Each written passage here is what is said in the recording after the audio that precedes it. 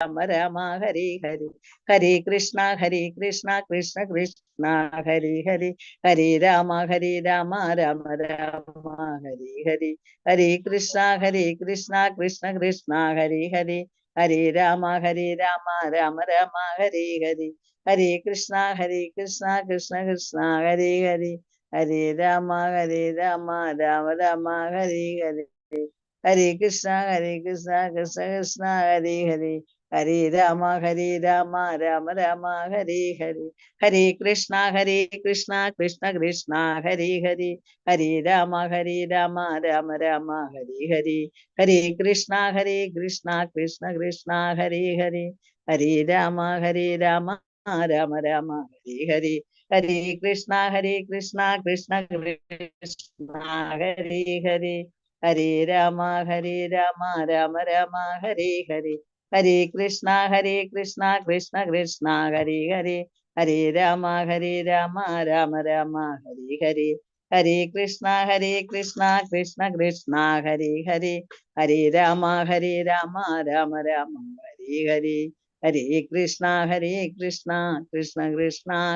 ഹരി. ഹരേ രാമ രാമ ഹരി ഹരി. ഹരേ കൃഷ്ണ കൃഷ്ണ കൃഷ്ണ ഹരി ഹരി. ഹരേ രാമ രാമ ഹരി ഹരി. ഹരേ കൃഷ്ണ കൃഷ്ണ കൃഷ്ണ ഹരി ഹരി. ഹരേ രാമ രാമ ഹരി ഹരി. ഹരേ കൃഷ്ണ കൃഷ്ണ ഹരി ഹരി. ഹരേ രാമ രാമ ഹരി ഹരി. ഹരേ കൃഷ്ണ കൃഷ്ണ കൃഷ്ണ ഹരി ഹരി. ഹരേ രാമ രാമ രാമ ഹരി ഹരി. ഹരേ കൃഷ്ണ ഹരേ കൃഷ്ണ മാതാജി പ്രണാമം. കൃഷ്ണ ഹരേ ഒരു കാര്യം പറഞ്ഞോട്ടെ പ്രഭുജി. എല്ലാവരുടെയും പ്രത്യേക ശ്രദ്ധയ്ക്കായിട്ട് അറ്റൻഡൻസ് ലിങ്ക് ഇട്ടിട്ടുണ്ട്. ഇടാൻ പറ്റാത്തവർ ക്ലാസ്സിന്റെ ലാസ്റ്റ് പറയുക. അതായത് ക്ലാസ്സിന്റെ സൂമിന്റെ അടിയിലായിട്ട് ആദ്യം മൈക്കുണ്ട്, അതിന്റെ അപ്പുറത്ത് വീഡിയോ ഉണ്ട്, അതിന്റെ അപ്പുറത്തായിട്ട് പാർട്ടിസിപ്പൻസ് എന്നൊരു കോളം ഉണ്ട്. അതിന്റെ തൊട്ടടുത്താണ് ചാറ്റ് ബോക്സ് വരുന്നത്. അതിൽ തൊട്ട് കഴിയുമ്പോൾ ഒരു ലിങ്ക് കാണാം. ആ ലിങ്കിൽ തൊട്ട് കഴിയുമ്പോഴത്തേക്കും ഒരു ഫോൺ നമ്പർ, ഡേറ്റ്, പേര്, ഈ 3 കാര്യവും ഫില്ല് ചെയ്യേണ്ടതായിട്ട് വരും. അത് കൊടുത്തു കഴിഞ്ഞിട്ട് അത് 3 അടയാളപ്പെടുത്തി കഴിയുക. അത് കഴിഞ്ഞിട്ട് സബ്മിറ്റ് കൊടുക്കുമ്പോഴത്തേക്ക് നമുക്ക് അറ്റൻഡൻസ് ആയിക്കോളും. ഇടാൻ പറ്റാത്തവർ ക്ലാസ്സിന്റെ ലാസ്റ്റ് പറയണം. ഹരേ കൃഷ്ണ പ്രഭുജി. ഹരേ കൃഷ്ണ മാതാജി. അപ്പൊ നമുക്ക് അടുത്ത അധ്യായത്തിലേക്ക് കിടക്കാം. ഓം നമോ ഭഗവതേ വാസുദേവായ. ഓം നമോ ഭഗവതേ വാസുദേവായ. ഓം നമോ ഭഗവതേ വാസുദേവായ. ഗീതാധ്യാനത്തിലേക്ക് കിടക്കാം. ഹരേ കൃഷ്ണ. നാരായണം നമസ്കൃത്യം നരം ചൈവ നരോത്തമം ദേവീം സരസ്വതീം വ്യാസം തതോ ജയമുദിരേത്. നഷ്ടപ്രായേഷു ഭദ്രേഷു നിത്യം ഭാഗവത സേവയ. ഭാഗവതി ഉത്തമ ശ്ലോകേ ഭക്തിർഭവതി നൈഷ്ടകീ. മൂകം കരോതി വാചാലം പങ്കും ലംഘയതേ ഗിരി. യത്കൃപതമഹം വന്ദേ പരമാനന്ദമാധവം. ശ്രീഗുരുദീനധാരിണം ശ്രീചൈതന്യമീശ്വരം. വജ്ഞാനതിമിരാന്ധ്യസ്യ ജ്ഞാനാഞ്ജലശലാകയാ ചക്ഷുർമീലിതം യേന തസ്മൈ ശ്രീ ഗുരുവേ നമഃ. ശ്രീചൈതന്യമനോഭീഷ്ടം സ്ഥാപിതം യേന ഭൂതലേ സ്വയം രൂപഗതാമഹ്യം ദദാതി സ്വഭാന്തികം. വന്ദേഹം ശ്രീഗുരു ശ്രീയുതപദകമലം. ശ്രീഗുരും വൈഷ്ണവാംശ ശ്രീരൂപം സാഗരജാതം സഹന രഘുനാഥിതം തം സജീവം സാദേവം സാവധൂതം പരിജനസൈര്യം കൃഷ്ണചൈതന്യദേവം. ശ്രീരാധാകൃഷ്ണപാദാൻ സഹനലളിതാ ശ്രീവിശാഖാനിയുക്താംശ. ഹേ കൃഷ്ണ കരുണാ സിന്ധോ ദീനബന്ധോ ജലപദേ ഗോപേശ ഗോപികാ കാന്ത രാധാകാന്ത നമസ്തുതേ. തപ്തകാഞ്ചന ഗൗരാംഗേ രാധേ വൃന്ദാവനേശ്വരി വൃഷഭാനുസുതേ ദേവി പ്രണമാമി ഹരിപ്രിയേ. പാഞ്ചകൽപതരൂപേച കൃപാ സിന്ധ്യഭ്യേവ ച പതിനാം പാവനേഭ്യോ വൈഷ്ണവേഭ്യോ നമോ നമോ. നമോ വിഷ്ണുപാദായ കൃഷ്ണപ്രേഷ്ഠായ ഭൂതലേ ശ്രീമതേ ഭക്തിവേദാന്ത സ്വാമിന്നിധി നാമിനി.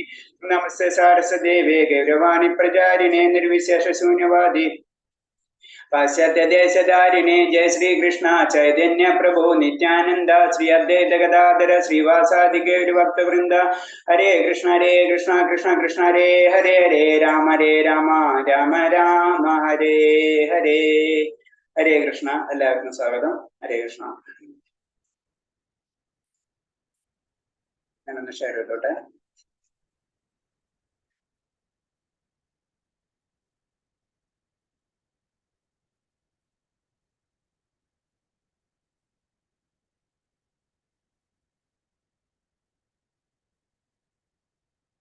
ഹരേ കൃഷ്ണ.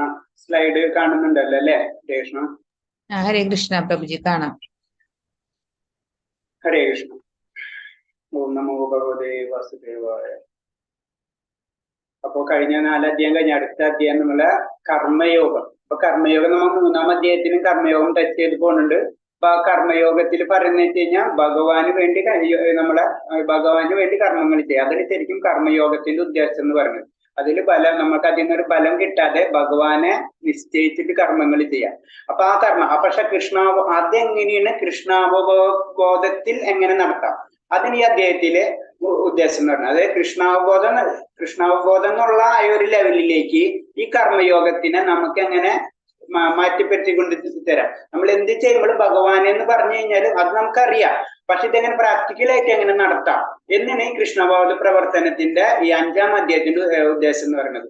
അതായത് നമ്മൾക്ക് ഒരു തരത്തിൽ പറഞ്ഞു കഴിഞ്ഞാൽ കർമ്മം എന്ന് പറയുമ്പോൾ തന്നെ കർമ്മത്തിന് ശരിക്കും 3ആയിട്ട് ഡിവൈഡ് ചെയ്ത് വെച്ചിട്ടുണ്ട്. അതായത് കർമ്മം, അകർമ്മം, വികർമ്മം എന്ന് പറഞ്ഞ 3 സെക്ഷൻ തന്നെയുണ്ട്. ഫസ്റ്റ് ലെവലില് നമ്മുടെ കർമ്മയോഗത്തിന് കൃഷ്ണബോധ പ്രവർത്തനത്തിൽ കണക്ട് ചെയ്യണം മുന്നേ ആദ്യം പറയുന്നത് വെച്ച് കഴിഞ്ഞാൽ കർമ്മം, അകർമ്മം, വികർമ്മം. ഇപ്പൊ 3 ടൈപ്പ് ഉണ്ട്. അതിൽ കർമ്മം എന്ന് പറയുന്നത് തന്നെ ഫസ്റ്റ് കർമ്മം എന്ന് പറയുന്നത് സാധാരണ നമ്മളെ വൈദികമായിട്ടുള്ള പറഞ്ഞ കാര്യങ്ങൾ അതേപോലെ നമ്മൾ ചെയ്യാം. അപ്പൊ അതിനാണ് കർമ്മം എന്ന് പറയുന്നത്. ഇപ്പൊ ചില കാര്യങ്ങൾ, ഇപ്പൊ ഒരു വിവാഹ നിശ്ചയം, അതിങ്ങനെ ചെയ്യണം. അതായത് അതിന്റെ രീതി ചട്ടകളുണ്ട്, അതനുസരിച്ച് ചെയ്തു അത് വൈദികമായിട്ടുള്ള രീതിയിൽ നമ്മൾ ചെയ്തു പോകുന്നുണ്ട്. കാരണം അത് ഭഗവാൻ കണക്ട് ചെയ്തിട്ട് തന്നെയാണ് അത് പോകണം.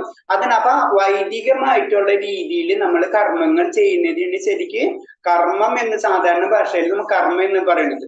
പക്ഷെ അകർമ്മം എന്ന് പറഞ്ഞു കഴിഞ്ഞാൽ നമ്മൾ ചെയ്യുന്ന എല്ലാ പ്രവൃത്തികളും ഭഗവാന് വേണ്ടി ചെയ്യാം, അതിനൊരു ബലം നമ്മൾ പ്രതീക്ഷിക്കാണ്ട് ചെയ്യാം. അതാണ് ശരിക്കും അകർമ്മം എന്ന് പറയുന്നത്. വികർമ്മം എന്ന് പറയുമ്പോൾ അതിലൊരിക്കലും നമ്മള് വൈദികമായിട്ടുള്ള പറഞ്ഞിട്ടുള്ള എല്ലാ കാര്യവും നേരെ ഓപ്പോസിറ്റ് ചെയ്യാം. അതായത് ലഹരി പദാർത്ഥങ്ങൾ, അങ്ങനത്തെ കാര്യങ്ങളുണ്ട്, അമ്പലത്തിൽ ഇഷ്യൂസ്, അങ്ങനെ എല്ലാതും നെഗറ്റീവായിട്ടുള്ള എല്ലാതും പറഞ്ഞതിന്റെ നേരെ ഓപ്പോസിറ്റ് ചെയ്യാം. അതിന് ശരിക്കും കർമ്മോദ്യോഗത്തിന്റെ ഫസ്റ്റ് ഒരു ഡെഫിനിഷൻ പറഞ്ഞു തരുമ്പോൾ 3 സെക്ഷനായിട്ട് ഡിവൈഡ് ചെയ്തിട്ടുണ്ട്. അതിൽ സാധാരണ രീതിയിൽ കർമ്മം എന്ന് പറയുമ്പോൾ വൈദികമായിട്ട് നമ്മളോട് ചെയ്യേണ്ട കാര്യങ്ങളാണ് ശരിക്കും കർമ്മം. അതിൽ ശരിക്കും എന്ന് പറഞ്ഞാൽ ഭഗവാനെ നമുക്ക് മുഴുവനും കിട്ടില്ല. അത് ശരിക്കും അതിന്റെ ഒരു ഇൻട്രൊഡക്ഷൻ മാത്രമേ ഉള്ളൂ, ഒരു ടച്ചപ്പ് എന്ന് പറയില്ല, അതിലേക്ക് കടക്കാനുള്ള ഒരു വഴി മാത്രമാണ് ഈ കർമ്മം എന്ന് പറയുന്നത്. നെക്സ്റ്റ് ആണ് നമ്മളെ അകർമ്മം. അകർമ്മത്തിലേക്ക് നമ്മളെ മനസ്സ് കൊണ്ടുപോയാലോ ഭഗവാനിലേക്ക് നമ്മൾ കണക്ട് ആവുള്ളൂ. അതായത് നമ്മൾ ചെയ്യുന്ന കർമ്മങ്ങൾക്ക് നമ്മൾ ബലം പ്രതീക്ഷിക്കാണ്ട് ഭഗവാന് മാത്രം അർപ്പിച്ച് ചെയ്യാം. അതിന് ഉദാഹരണം എന്ന് പറയുന്നത് വെച്ച് കഴിഞ്ഞാൽ കർമ്മം ചെയ്യുമ്പോൾ ഞാൻ എന്നുള്ള രീതിയിലായിട്ട് നമ്മൾ ചെയ്യണല്ലേ, ഞാൻ ഇത് ചെയ്തു. അകർമ്മം എന്ന് പറയുമ്പോൾ ഇപ്പൊ ഞാൻ എന്നുള്ള വ്യക്തിത്വം അവിടെ നിന്ന് മാറിപ്പോവാ. അതാണ് അതിന്റെ പ്രത്യേകത. അതായത് ഇപ്പൊ ഞാൻ എന്ന് പറയുമ്പോ എന്റെ ആത്മാവ് അല്ല എന്റെ ശരീരം, ഈ ശരീരം ആരെയാതാ ശരിക്കും? അത് പഞ്ചഭൂതങ്ങളിന് എന്റേതല്ല, മനസ്സിലായി? അപ്പൊ ശരീരത്തിനും അവിടെ സ്ഥാനമില്ലാന്ന് വരുന്നത്. ആ ലെവലിലേക്ക് നമ്മൾ ഉയരുമ്പോഴാണ് അത് ശരിക്കും വികർമ്മം എന്ന ലെവലിലേക്ക് പോവാ. അതായത് എന്റേതായിട്ട് ഒന്നുമില്ലല്ലോ, അല്ലാതും ഭഗവാന്റെയാണ്. ആ ലെവലിലേക്ക് വരുമ്പോൾ അങ്ങനെ ചെയ്യുമ്പോൾ കർമ്മങ്ങളൊക്കെ എന്തായിരിക്കും? അത് അകർമ്മമായിട്ട് വരും. അത് ഭഗവാന് ചെയ്യുന്ന കർമ്മങ്ങൾ. അതിൽ നമുക്കൊരു ബലത്തിനെ പറ്റി ചിന്തിക്കണം. മറ്റേതിൽ ഫലം കുറച്ച് പ്രതീക്ഷിക്കുന്നുണ്ട്. നമ്മൾ നല്ല കാര്യങ്ങൾ ചെയ്യുമ്പോൾ നമുക്ക് നല്ലത് കിട്ടുന്നുള്ള ഒരു പ്രതീക്ഷ കർമ്മത്തിൽ വരും.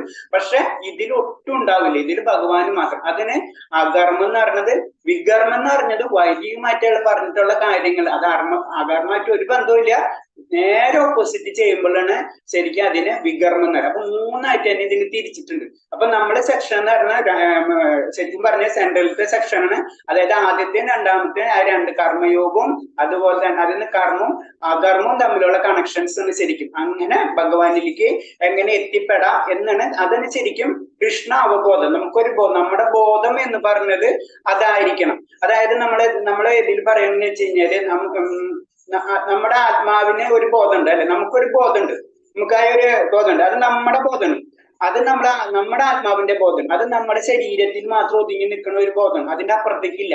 പക്ഷെ പരമാത്മാവിന്റെ ഒരു ബോധമുണ്ട്. പരമാത്മാവിന് ഒരു ബോധതലുണ്ട്. ആ ബോധം എന്ന് പറഞ്ഞു കഴിഞ്ഞാൽ അത് പ്രപഞ്ചം, അതായത് ലോകമെമ്പാടും വ്യാപിച്ചിരിക്കുന്നതാണ്. അതാണ് ഭഗവാന്റെ കാര്യങ്ങൾ നമ്മളായിട്ട് കണക്ട് ആവണം. ഭഗവാൻ പരമാത്മാവിന്റെ ബോധം നമ്മളെ ബോധമായിട്ട് കണക്ട് ആവണമെന്ന് വെച്ച് കഴിഞ്ഞാൽ നമ്മളെല്ലാത്തിനും ഉൾക്കൊണ്ടിട്ടുള്ളതാണ് ഭഗവാൻ. അതാണ് സെക്കൻഡ് ലെവലിൽ വരുന്നത്. അതായത് നമ്മൾ എന്ന് പറയുമ്പോൾ നമ്മുടെ ബോധം എന്ന് പറയുന്നത് നമ്മുടെ ശരീരത്തിൽ മാത്രം ഒതുങ്ങി നിൽക്കുന്ന ബോധമാണ് ഭഗവാന്റെ ബോധം. പരമാത്മാവിന്റെ ആ ലെവൽ എന്ന് പറയുന്നത് ആ പ്രജ്ഞ അല്ലെങ്കിൽ ആ ബോധം എന്ന് പറയുന്നത് എല്ലാത്തിലെയും കണക്ട് ചെയ്തിരിക്കുന്നതാണ്. അപ്പൊ നമ്മൾ ഭഗവാനിലേക്ക് നമ്മുടേന്ന് ഭഗവാനിലേക്ക് പതുക്കെ കണക്ട് ചെയ്തുകൊണ്ടാണ്. അതാണ് കൃഷ്ണ അവബോധം, ഭഗവാനിലേക്ക് കണക്ട് ചെയ്യണത്.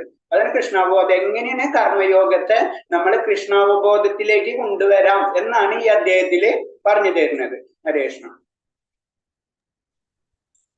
ഹരേ കൃഷ്ണ. ഓം നമോ ഭഗവതേ വാസുദേവായ. അർജുന ഉവാച സംന്യാസം കർമ്മണാം കൃഷ്ണ പുനർയോഗം ച ശംസസി യത് ശ്രേയ ഏതോ യേ രേഖം തന്മേ ബ്രൂഹി സുനിശ്ചിതം. ഹരേ കൃഷ്ണ പ്രഭുജി. ഹരേ കൃഷ്ണ മാതാജി, താങ്ക് യു. ഇതിൽ അർജുനൻ ഫസ്റ്റ് ഈ അധ്യായത്തിൽ ഫസ്റ്റ് ചോദിക്കുന്നതാണ്. അർജുനൻ പറഞ്ഞു, കൃഷ്ണ കർമ്മം ഉപേക്ഷിക്കണമെന്ന് അങ്ങ് ഒരിക്കൽ എന്നോട് ആവശ്യപ്പെടുന്നു. പിന്നെ ഭക്തി പുരസ്പരം കർമ്മം അനുഷ്ഠിക്കാൻ പറയുന്നു. ഈ രണ്ടിലും വെച്ച് ശ്രേയസ്കരം ഏതെന്ന് ദയവായി എനിക്ക് പറഞ്ഞു തരണം. അപ്പൊ ഭഗവാനോട് ചോദിക്കണം. ഭഗവാൻ അതായത് സന്യാസി എന്ന് പറയുമ്പോൾ ഭഗവാൻ അതിനെപ്പറ്റി ആദ്യം പറയുന്നുണ്ടല്ല, സന്യാസം എന്നുള്ള ലെവലിൽ പറഞ്ഞു വരുന്നുണ്ട്. അപ്പൊ സന്യാസം എന്ന് പറഞ്ഞാൽ നമ്മളെല്ലാ കർമ്മം വിരക്തി, അതായത് എല്ലാത്തിനും ഉപേക്ഷിക്കുക എന്നുള്ള ഒരു മെന്റാലിറ്റിയാണ് ഭഗവാൻ പറഞ്ഞത്. അങ്ങനെ ഭഗവാനെ കണക്ട് ചെയ്യാം. അങ്ങനെ നമ്മൾ കണക്ട് ചെയ്യുമ്പോൾ ലാസ്റ്റ് ആ സന്യാസിക്ക് മനസ്സിലാവും എല്ലാതും ഉപേക്ഷിച്ചാൽ എന്തോ ഒരു ബാക്കി ഉണ്ടെന്ന്, ആ ലെവലിലേക്ക് ഞാൻ ഉയരണമെന്ന്. അല്ലെങ്കിൽ സന്യാസം ആ ലെവലിൽ തന്നെ നിൽക്കും. പക്ഷെ അർജുനന് പല സംശയങ്ങളുണ്ട്. അപ്പൊ കർമ്മം ഉപേക്ഷിക്കണമെന്ന്, അതായത് നമ്മൾ ക്ലാസ് തുടങ്ങിയിട്ടുള്ളൂ. ഇപ്പോ ഫസ്റ്റ് ലെവൽ, സെക്കൻഡ് ലെവല് അല്ലെങ്കിൽ 1ാം ക്ലാസ് 2ാം ക്ലാസ് പഠിക്കുമ്പോൾ അർജുനൻ ഉണ്ടാവുന്ന പോലെ ഭഗവാൻ ഒരു കാര്യം പറഞ്ഞിട്ടുണ്ട്. ആ കാര്യത്തിനെ പറ്റിയാണ് ഇപ്പൊ അർജുനൻ ചോദിക്കുന്നത്. ഇനി അതിന്റെ ഡീറ്റെയിൽ ആയിട്ട് ഭഗവാൻ പിന്നീട് അധ്യായങ്ങളിൽ പറയുന്നത്.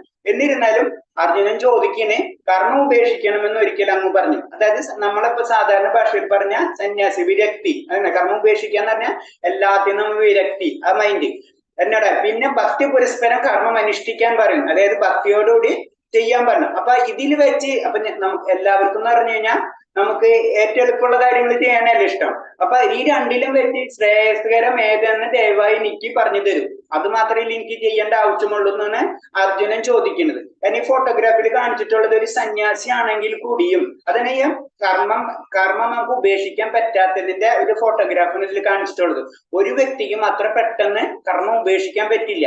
കർമ്മം നമുക്ക് ആസക്തി, വിരക്തി നമുക്ക് ബുദ്ധിമുട്ടാണ്, ആസക്തി നമുക്ക് പറ്റും. കാരണം എന്ന് വെച്ച് കഴിഞ്ഞാൽ ഇപ്പൊ ഒരു ചെറിയൊരു എക്സാമ്പിൾ, ഒരു കേക്ക് ഇരിക്കണം എന്ന് വെച്ച് കഴിഞ്ഞാൽ കേക്ക് കഴിക്കരുത് എന്ന് പറഞ്ഞാൽ നമുക്ക് ബുദ്ധിമുട്ടാണ്. കേക്ക് കഴിക്കാൻ പറയാൻ നമുക്ക് പറ്റും, കാരണം നമുക്ക് ആസക്തി അതിനോടുണ്ട്. അതിന് ആസക്തിനെ ശരിക്കും പറഞ്ഞു കഴിഞ്ഞാൽ ആ ആസക്തി എന്നുള്ള ആ ഇന്ദ്രിയങ്ങളെ വെച്ചിട്ടാണ് ശരിക്കും ഭക്തിയോഗം നടക്കുന്നത്. കാരണം ഭക്തിയോഗം നടത്താൻ വേണ്ടി വിരക്തിനേലും എളുപ്പം ആസക്തിയാണെന്ന് ഭഗവാൻ പറഞ്ഞു കൊടുക്കുന്നുണ്ട്. അതാണ് ഇതിൽ കാണിക്കുന്നത്. കാരണം ഈ സന്യാസിയുടെ ഇത് കണ്ടു കഴിഞ്ഞാൽ നമുക്കറിയാം, ഒരു സന്യാസിന് എല്ലാതും ബാഹ്യമായിട്ട് ഫുള്ള് സന്യാസിന്, പക്ഷെ ആന്തരികമായിട്ട് എന്താണ് ആ വിരക്തി മുഴുവനും, അതായത് എല്ലാ ആസക്തിയും വിട്ടിട്ടില്ല. അദ്ദേഹം കയ്യില് സിഗരറ്റ് ഉണ്ട്, മൊബൈൽ ഫോൺ ഒക്കെ ഉണ്ട്. അപ്പൊ ആ ആസക്തി ഉള്ളിലുണ്ട്. അതുകൊണ്ട് അങ്ങനെ പോയിട്ട് കാര്യമില്ല എന്നാണ് ഈ ഫോട്ടോഗ്രാഫിൽ കാണിച്ചിട്ടുള്ളത്. പക്ഷെ അർജുനൻ ചോദിക്കുന്നത് കർമ്മം ഉപേക്ഷിക്കാൻ അത്ര എളുപ്പമുള്ള കാര്യമല്ല എന്നാണ് ഭഗവാൻ പറയണം.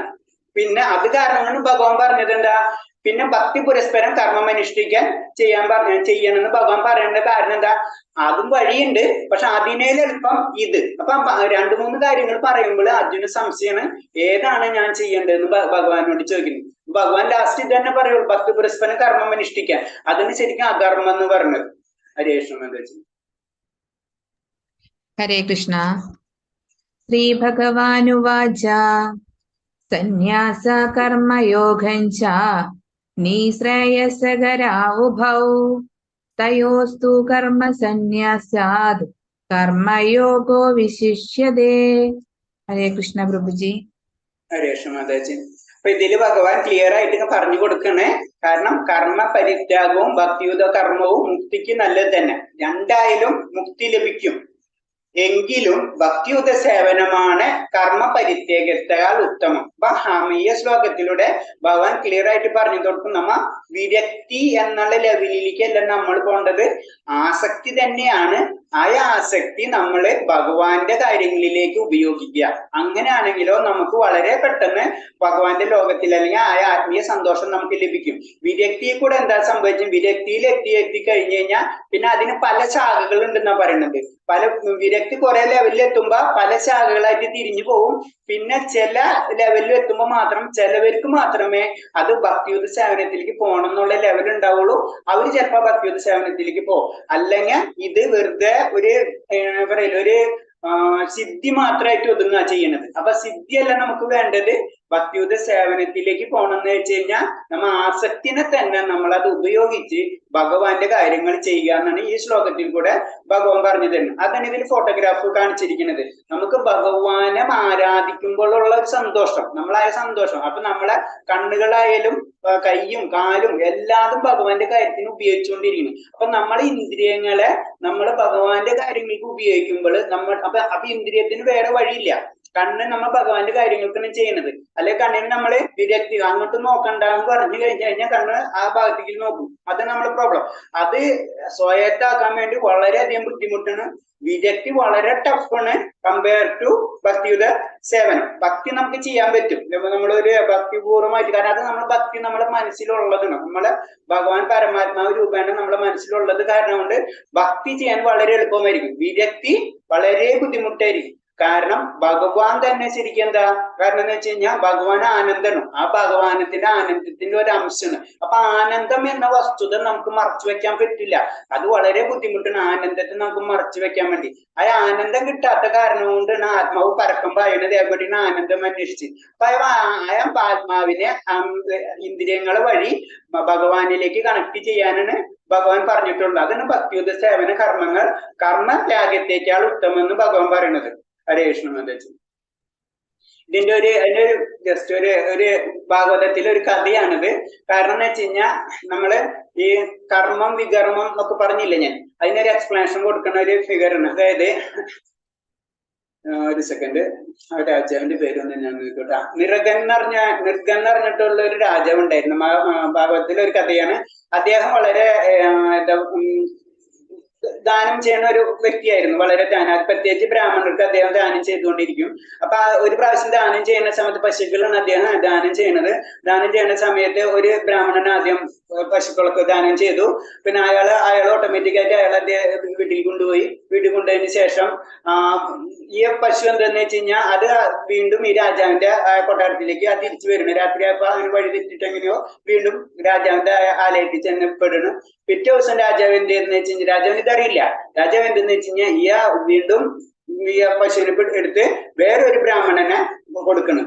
പിന്നെ ഈ ബ്രാഹ്മണന്മാര് തമ്മിൽ അങ്ങോട്ടും കാണുന്ന അവര് പ്രശ്നമാക്കണം. ഇത് ഇന്ത്യയാണ്, ഇത് ഇന്ത്യയാണ് എന്നൊക്കെ പറഞ്ഞിട്ടുള്ള ഇഷ്യൂസ് ആണ്. അത് ലാസ്റ്റ് രാജാവിന്റെ എരുത്തെത്തണം. അപ്പൊ രാജാവിന്റെ എരുത്തെത്തുമ്പോ രാജാവിന് അപ്പൊ ധർമ്മസങ്കടത്തിന് എന്ത് ചെയ്യുന്നു? അപ്പൊ ശരിക്കും അപ്പൊ ഒരു ബ്രാഹ്മണൻ ശപിക്കണാണ് നീ, കാരണം നീ ഒരു ഓന്തായി പോട്ടെന്നും അങ്ങനെ ധാരകയുഗത്തില് ഓന്തായിട്ട് ജനിക്കണ്. അപ്പൊ ലാസ്റ്റ് ഇങ്ങനെ സാമ്പനും മറ്റുള്ള ഭഗവാന്റെ പുത്രന്മാരും കളിച്ചുകൊണ്ടിരിക്കുന്ന സമയത്ത് ഈ ഒന്നിനെ കാണുന്നു. ആ ഒന്നിനെ കാണുമ്പോ ഒന്നിന് പുറത്തെടുക്കാൻ പറ്റാണ്ട് വരണം. അങ്ങനെ ഭഗവാൻ ശ്രീകൃഷ്ണൻ തന്നെ പറഞ്ഞിട്ട് ഒന്നിന് പുറത്തെടുക്കണം. അങ്ങനെ ഒന്ന് ശരിക്കും ഒരു തേജസ്സുള്ള ഒരു വ്യക്തിയായിട്ട് മാറി ഭഗവാന്റെ ആശീർവാദം കിട്ടിപ്പോണം. ഈ കഥയിലെ തത്വം എന്ന് പറഞ്ഞത് ഇത്രേ ഉള്ളൂ.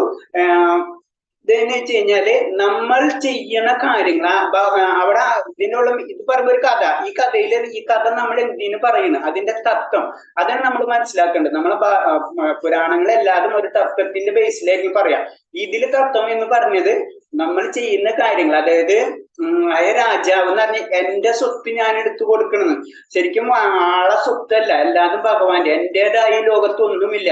ഇത് ഒരു പശുവിനെ കൊടുത്ത് ഒരു ആത്മസമർപ്പണം ഇല്ലാത്തത് ഭഗവാൻ ചൂണ്ടിക്കാണിക്കുന്നതാണ് ഇൻഡയറക്റ്റ് ആയിട്ട്. അപ്പൊ അത് ലാസ്റ്റ് അത് അയാൾക്ക് മനസ്സിലാക്കുകയും പിന്നെ അവരിൽ നിന്ന് ഒരു മോഷം നേടിപ്പോവുകയും ചെയ്യുന്നത്. അപ്പൊ അയത്തത്താണ്, അതായത് നമ്മൾക്കായിട്ട് ഈ ലോകത്തിൽ ഒന്നുമില്ല. നമ്മൾ കർമ്മം പരിത്യജിക്കാന്ന് പറഞ്ഞു കഴിഞ്ഞാല് ഈ പരിത്യജിന് എന്തിട്ടാ അത് ഭഗവാൻ തന്നിട്ടുള്ള കാര്യങ്ങൾ തന്നെയാ. അപ്പൊ നമുക്ക് അത് നമ്മള് വേണ്ടാന്ന് വെക്കുന്നത് അതെല്ലാതും ഭഗവാനെ സമർപ്പിക്കാനാണ്. നമുക്കൊന്നും വേണ്ട എന്നല്ല വെക്കേണ്ടത്, നമ്മളെല്ലാം ഭഗവാന് സമർപ്പിക്കണം. കാരണം ഭഗവാന്റെ വസ്തു ഭഗവാന് തന്നെ സമർപ്പിക്കാനാണ് ഈ കഥയിലൂടെ പറഞ്ഞു തരുന്നത്. ഹരേ കൃഷ്ണ. നിത്യ സന്യാസി യോ നാദോഷ്ടി ന കാംക്ഷതി നിർദ്വന്ദ്വോ ഹി മഹാബാഹോ സുഖം ബന്ധാത് പ്രമുച്യതേ. ഹരേ കൃഷ്ണ പ്രഭുജി. ഹരേ കൃഷ്ണ മാതാജി. ഇതില് കർമ്മഫലങ്ങൾ ആഗ്രഹിക്കുകയോ വെറുക്കുകയോ ചെയ്യാത്ത ആളാണ് നിത്യസന്യാസി. മഹാബാഹുവായ അർജുന അയാൾ ദ്വന്ദ്ങ്ങളിൽ നിന്നൊഴിഞ്ഞ് എളുപ്പത്തിൽ ഭൗതിക ബന്ധനത്തിൽ നിന്ന് മുക്തനാകുന്നതോടൊപ്പം മോക്ഷം അടയുകയും ചെയ്യുന്നു. അപ്പൊ നമുക്കറിയാം, ഞാൻ ആദ്യമേ തന്നെ പറഞ്ഞതുപോലെ തന്നെ നമുക്ക് ശരിക്കും പറഞ്ഞാൽ രണ്ട് വേൾഡ് ഉണ്ട്. ഒന്ന് സ്പിരിച്വൽ വേൾഡും ഒന്ന് മെറ്റീരിയൽ വേൾഡ്. അതിന് ആത്മീയവും ഭൗതികവും. ഇത് രണ്ടും ഒന്നിച്ച് നമുക്ക് കൊണ്ടുപോകാൻ പറ്റില്ല. അപ്പൊ നമ്മളൊന്നില് ആത്മീയമായിട്ട് ജീവിക്കണം, അല്ലെങ്കിൽ ആത്മീയമായിട്ട് ജീവിക്കണം, അല്ലെങ്കിൽ മെറ്റീരിയൽ ആയിട്ട് ജീവിക്കണം. അപ്പൊ നമുക്ക് മെറ്റീരിയൽ വേൾഡ് ഒരു പെർമനന്റ് അല്ലാന്നും അതിന് നശ്വരമാണെന്നും അത് നശിച്ചു പോകുന്നുള്ള മൈൻഡ് നമ്മളേക്ക് എന്ന് വരുന്നു അന്ന് നമ്മൾ ഡയറക്റ്റ് ആയിട്ട് ആത്മീയത്തിലേക്ക് വന്നു കഴിഞ്ഞു. അതാണ് നമ്മൾ ഇതിൽ പറയുന്നത് കർമ്മഫലങ്ങൾ ആഗ്രഹിക്കുകയോ വെറുക്കുകയോ ചെയ്യാത്ത. കാരണം ഈ കർമ്മങ്ങൾ ചെയ്യുമ്പോൾ അതിൽ നമുക്ക് ആഗ്രഹം ഉണ്ടാവും. അതേപോലെ തന്നെ ചില നമുക്ക് ചെയ്ത് കഴിഞ്ഞാൽ അത് നെഗറ്റീവ് വരുന്ന നമുക്കറിയാം. ഇങ്ങനത്തെ കാര്യങ്ങൾ നമ്മൾ ചിന്തിക്കാത്ത എപ്പോഴാണ് അവസ്ഥ എന്ന് വരുന്ന പറഞ്ഞു കഴിഞ്ഞാൽ നമ്മളെ മൈൻഡ് ആത്മീയ ലെവലിലേക്ക് പോയിട്ടുണ്ടാവും. അവരാണ് ശരിക്കും സന്യാസി എന്ന് പറയുന്നത്. ആ ലെവലിൽ ചിന്തിച്ച് ആ ലെവലിലേക്ക് വന്നവർക്ക് മാത്രമേ, അതായത് ആത്മീയം, അതായത് സ്പിരിച്വൽ വേൾഡിലേക്ക് അവർ കടന്നു കഴിഞ്ഞു, അവരാണ് ശരിക്കും സന്യാസി എന്ന് പറയുന്നത്. അങ്ങനത്തെ സന്യാസിനെ ശരിക്കും പറഞ്ഞ ഒരു ഭക്തനായി മാറുന്നത്. നമ്മൾ ഇൻഡയറക്റ്റ് ആയിട്ട് ഭക്തന്റെ ലെവലിലേക്ക് പോകുന്നത് അങ്ങനെയാണ്. അതിന് വേറെ ഒരു കൃഷ്ണാവബോധത്തിന്റെ പ്രത്യേകത അതാണ്. കാരണം നമുക്ക് ഈ കർമ്മങ്ങൾ ആഗ്രഹങ്ങളൊന്നും പെട്ടെന്ന് മാറ്റാൻ നമുക്ക് സാധിക്കില്ല. പക്ഷെ നമ്മൾ എന്താ ചെയ്യേണ്ടതെന്ന് വെച്ച് കഴിഞ്ഞാൽ ഭഗവാന്റെ കാര്യങ്ങൾ ചെയ്യുന്നതോടുകൂടി ഈ കർമ്മബലത്തിലോ ഈ ആഗ്രഹങ്ങളിലോ വെറുപ്പൊക്കെ നമ്മളെ ശരീരത്തിന് നമ്മളെ ജന്മജന്മാന്തരമുള്ള കർമ്മങ്ങൾ ഓരോന്നും മാറുന്നതിനനുസരിച്ച് നമ്മൾ ഈ സന്യാസ ലെവലിലേക്ക് പതുക്കെ മാറിക്കൊണ്ടിരിക്കും. അതാണ് ഈ കൃഷ്ണാവബോധത്തിന്റെ പ്രവർത്തനം. അങ്ങനെ കൃഷ്ണാവബോധത്തിൽ പ്രവർത്തനം വരുമ്പോൾ നമുക്ക് തന്നെ അറിയാം. കാരണം ഇതിൽ കുറെ നിയമങ്ങൾ പതുക്കെ ആദ്യമേ തന്നെ കുറച്ച് നമ്മൾ മഹാമന്ത്രങ്ങൾ ജപിക്കാനാണ് പറയുന്നത്. ആ മഹാമന്ത്രങ്ങൾ ജപിക്കുന്നതോടൊപ്പം നമ്മൾ പതുക്കെ കുറച്ച് നാൾ കഴിയുമ്പോൾ അതിന്റെ നിയമങ്ങൾ പതുക്കെ സ്റ്റാർട്ടാവും. അപ്പൊ നിയമങ്ങൾ വരും. അതായത് യമ നിയമങ്ങൾ ഉണ്ടാവും, പിന്നെ ഏകാദശി വൃദ്ധം ഉണ്ടാവും, അങ്ങനെ പാരായണം ഉണ്ടാവും. ഇതിൽ പറഞ്ഞതെന്ന് വെച്ചാൽ നമ്മൾ 3 കാര്യമാണ് ഏറ്റവും ഇമ്പോർട്ടന്റ് ആയിട്ടുള്ളത്. ഫസ്റ്റ് ഗുരു, സാധു, ശാസ്ത്ര. നമുക്കറിയാവുന്ന പോലെ ഗുരുവിന്റെ ആവശ്യമുണ്ട്, സാധുസംഘ ആവശ്യമുണ്ട്, അതുപോലെ ശാസ്ത്രങ്ങൾ. ഈ 3 കാര്യങ്ങളിലും കൂടെ നമ്മൾ കണക്ട് ചെയ്ത് പോകുമ്പോഴോ ആത്മീയം അല്ലെങ്കിൽ സ്പിരിച്വൽ വേൾഡിന്റെ കാര്യങ്ങൾക്ക് മനസ്സിലാവുള്ളൂ. ആ ഭഗവാന്റെ ലോകത്തിലേക്ക് പോകാൻ പറ്റുള്ളൂ. അങ്ങനെ ചിന്തിക്കും. ആ ലെവലിലേക്ക് പോകുമ്പോഴാണ് നമുക്ക് കർമ്മഫലങ്ങൾ ആഗ്രഹിക്കാതെ വരികയും അത് വെറുക്കാതെ അത് എന്ത് ചെയ്താലും എന്നെ അഫക്ട് ചെയ്യില്ല എന്നുള്ള ലെവലിലേക്ക് പോവുകയും ചെയ്യുള്ളൂ. അങ്ങനെയുള്ള വ്യക്തിനെയാണ് ശരിക്കും പറയാ നിത്യസന്യാസി. അത് പറഞ്ഞു. അപ്പൊ അങ്ങനത്തെ ഉള്ള വ്യക്തിക്കുള്ള ഗുണം എന്ന് വെച്ച് കഴിഞ്ഞാൽ അവര് പിന്നെ ഭൗതിക ബന്ധത്തിനെ തിരിച്ചടിക്കുന്ന പറഞ്ഞാൽ അവർ ഭൗതികത്തിൽ ജീവിക്കുന്നുണ്ടാവും. നമ്മളെ വലിയ സന്യാസിമാരെയും അല്ലെങ്കിൽ ആ ലെവലൊക്കെ ചിന്തിക്കുന്ന നമ്മൾ കാണുമ്പോൾ അവർ ഭൗതികമായിട്ട് എല്ലാ കാര്യങ്ങളും ചെയ്യുന്നുണ്ടാവും. പക്ഷെ ശരിക്കും അവർ ഭൗതികതയിലല്ല ജീവിക്കുന്നത്. അവർക്ക് മോശം കിട്ടിക്കഴിഞ്ഞു. അത് നമുക്ക് മനസ്സിലാവുന്നുണ്ട്. അവര് ഈ ഭൗതികതയെ തന്നെ അവർക്ക് മുക്തനായതോടൊപ്പം മോശം അടയുകയും ചെയ്യുന്നു. അപ്പൊ നമ്മ ഭൗതികമായിട്ട് അവരെ കാണാൻ തന്നെ കഴിയില്ല. അവരാണ് ശരിക്കും സന്യാസി എന്ന് ഭഗവാൻ പറഞ്ഞു തരുന്നത്. അവർക്ക് കർമ്മഫലങ്ങളും ഇല്ല, അതേപോലെ തന്നെ അതില് ആഗ്രഹവും ഇല്ല, ഒന്നുമില്ല. എല്ലാതും ഭഗവാനെ കണക്ട് ചെയ്തിട്ട് ജീവിക്കുന്ന വ്യക്തികൾ. അതാണ് കൃഷ്ണാവബോധം എന്ന് ഭഗവാൻ പറഞ്ഞു തരാണ് ഈ ശ്ലോകത്തിൽ കൂടെ. സംന്യാസസ്തു മഹാദുഃഖമാപ്തുമയോഗദഃ യോഗയുക്തോ മുനിർബ്രഹ്മ നാചിരേണാധിഗച്ഛതി. ഹരേ കൃഷ്ണ പ്രഭുജി. ഹരേ കൃഷ്ണ മാതാജി.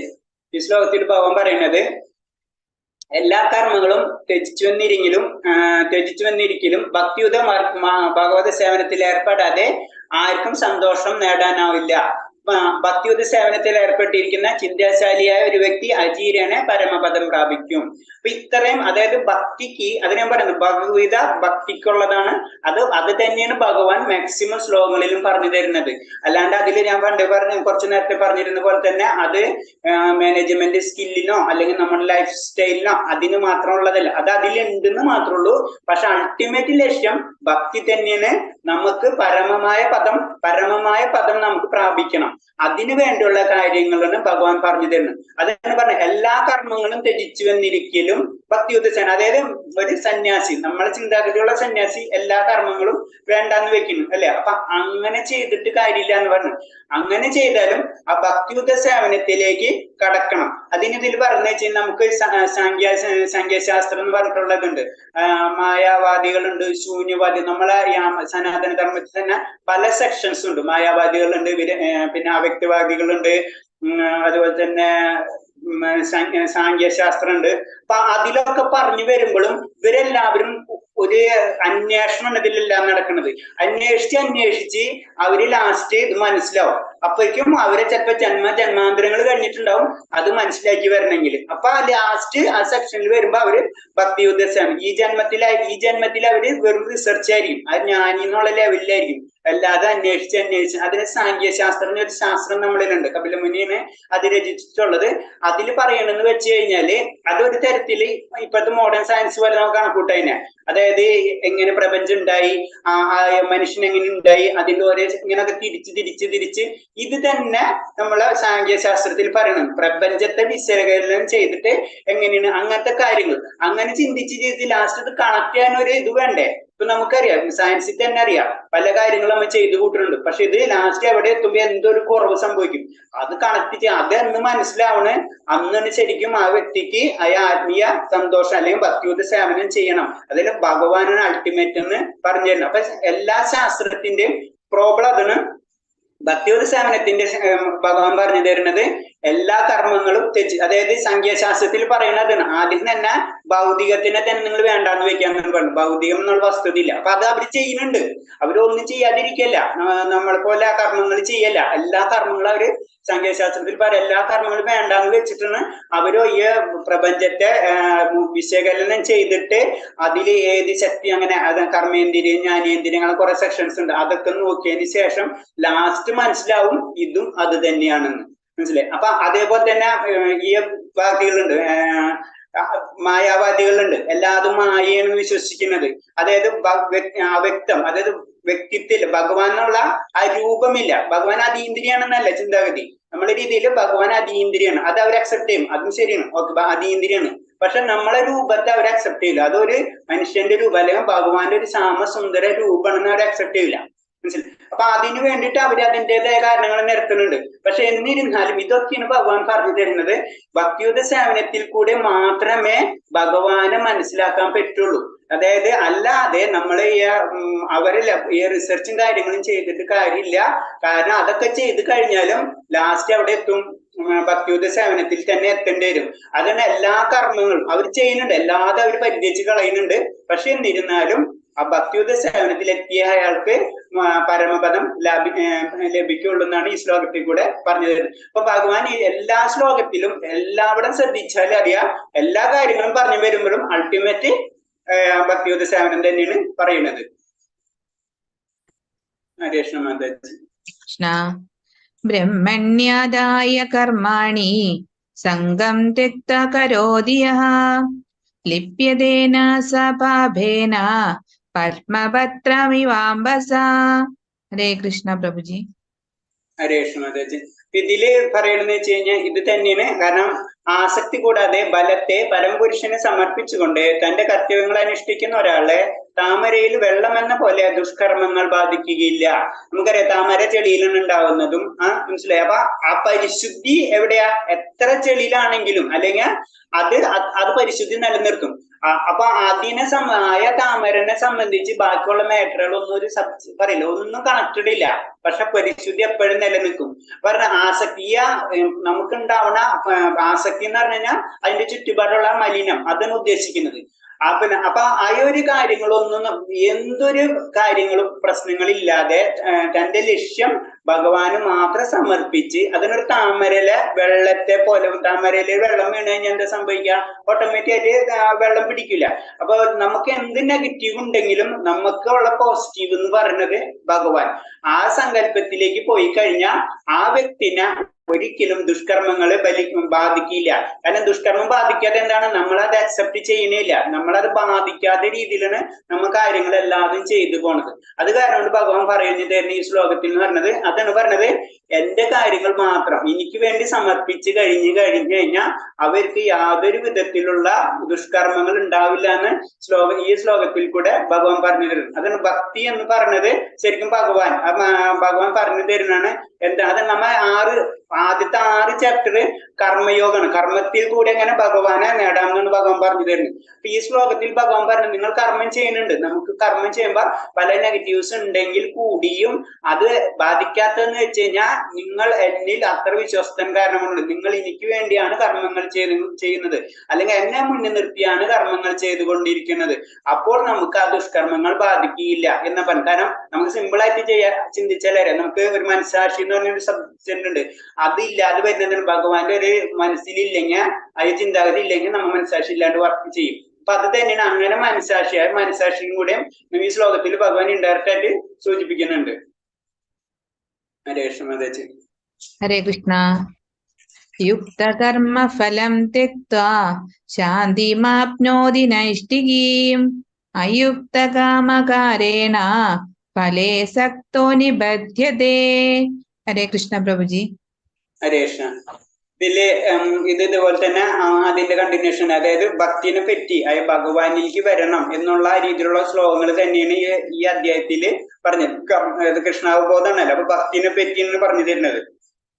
ഇതിൽ പറഞ്ഞത്, സ്ഥിരചിത്തനായ ഒരു ഭക്തൻ കർമ്മഫലങ്ങളെല്ലാം എന്നിൽ അർപ്പിക്കുന്നത് കൊണ്ട് സമ്പൂർണ്ണ സമാധാനം നേടുന്നു. എന്നാൽ ഈശ്വരനിൽ നിന്ന് വേർപെട്ട് നിൽക്കുന്നവർ തന്റെ കർമ്മഫലങ്ങൾ അത്യാഗ്രഹിയാൽ അതിൽ വലപ്പെട്ട് വലയുന്നു. അതായത് നമ്മൾ ചെയ്യുന്ന കർമ്മങ്ങളെല്ലാതും ഭഗവാനിൽ കൊടുത്തു കഴിഞ്ഞു കഴിഞ്ഞാൽ ആ വ്യക്തിക്ക് പിന്നെ നമ്മളൊരു കാര്യം ചെയ്തു, നമ്മളിപ്പോ ഓഫീസിലായാലും ഒരു വർക്ക് ചെയ്തു കഴിഞ്ഞു, ആ വർക്ക് ചെയ്തു കഴിഞ്ഞു, അതിന് നെഗറ്റീവ്, അയ്യോ അത് തെറ്റാണോ ശരിയാണോ എന്ന് നമ്മൾ ഇങ്ങനെ ആലോചിച്ച് ചിന്തിച്ചുകൊണ്ടിരുന്നാൽ തന്നെ, ഭൗതികമായിട്ട് പറയുമ്പോൾ തന്നെ നമുക്ക് ടെൻഷനായി, അതാ ഞാൻ അയച്ചത് ശരിയാണോ ലെറ്റർ, അല്ലെങ്കിൽ അത് വല്ല മിസ്റ്റേക്ക് ഉണ്ടോ, ഇത് തന്നെ നമുക്ക് പ്രശ്നങ്ങൾ സൃഷ്ടിച്ചുകൊണ്ടിരിക്കും. അല്ല, അത് ഓക്കെ ഞാൻ കൊടുത്തു കഴിഞ്ഞു, അഞ്ഞ അതിന്റെ ആക്ഷൻ നമ്മുടെ ബോസാ ചെയ്യണമെന്ന് ചിന്തിച്ചു കഴിഞ്ഞാൽ തന്നെ ചെയ്യും എന്ന് പറഞ്ഞ പോലെയാണ് കർമ്മഫലങ്ങൾ എനിക്ക് അർപ്പിക്കുന്നത് കൊണ്ട് ആ വ്യക്തിക്ക് സമ്പൂർണ്ണ സമാധാനം നേടും. എന്നാൽ ഈശ്വരനിൽ വേർപെട്ട് നിൽക്കുമ്പോൾ തന്റെ കർമ്മഫലങ്ങൾ അത്യാഗ്രഹിയാൽ അതിൽപ്പെട്ട് വലയുന്നു. നമ്മൾ എന്തിനാ ഓഫീസിൽ ഒരു വർക്ക് ചെയ്ത് കഴിഞ്ഞിട്ട് നമ്മൾ അതിന്റെ ചിന്തിച്ചുകൊണ്ടിരിക്കുന്നത്, അത് തെറ്റുമോ, അപ്പൊ എനിക്ക് വർക്ക് കിട്ടുമോ, അപ്പൊ പലരും നമ്മൾ കാംക്ഷിക്കുന്നു അല്ലെ, അല്ലെങ്കിൽ നന്നായിട്ട് അപ്പൊ കോഴ്സ് എനിക്ക് പ്രൊമോഷൻ തരുമോ, അപ്പൊ പലരും നമ്മൾ കാംക്ഷിച്ചുകൊണ്ടിരിക്കുന്നു. അതിന് പറഞ്ഞത്, സ്ഥിരമായ ഒരു ഭക്തൻ കർമ്മഫലങ്ങൾ എനിക്ക് അർപ്പിക്കുന്നത് കൊണ്ട് സമ്പൂർണ്ണ സമാധാനം നിലനിൽക്കും. അപ്പൊ ഭഗവാനെ കേന്ദ്രീകരിച്ചിട്ടായിരിക്കണം നമ്മള്, ഇത് ഞാൻ ഭൗതികമായിട്ടുള്ള ഒരു എക്സാമ്പിൾ പറഞ്ഞത് മാത്രമേ ഉള്ളൂ, ഇതിന്റെ മീനിങ് എത്ര ഉള്ളൂ, ഭഗവാന്റെ കാര്യങ്ങൾ ചെയ്യുന്ന സമയത്ത് അത് ഭഗവാനിൽ തന്നെ അർപ്പിച്ചിട്ട് ചെയ്യണം, അല്ലാണ്ട് അതിനൊരു ഇത് കിട്ടില്ല എന്നാണ് ഭഗവാൻ ഇതിൽ പറഞ്ഞിട്ടുണ്ട്. എല്ലാ കർമ്മങ്ങളും ഭഗവാനെ അർപ്പിക്കണം എന്നാണ് പറയുന്നത്. ഹരേ കൃഷ്ണ.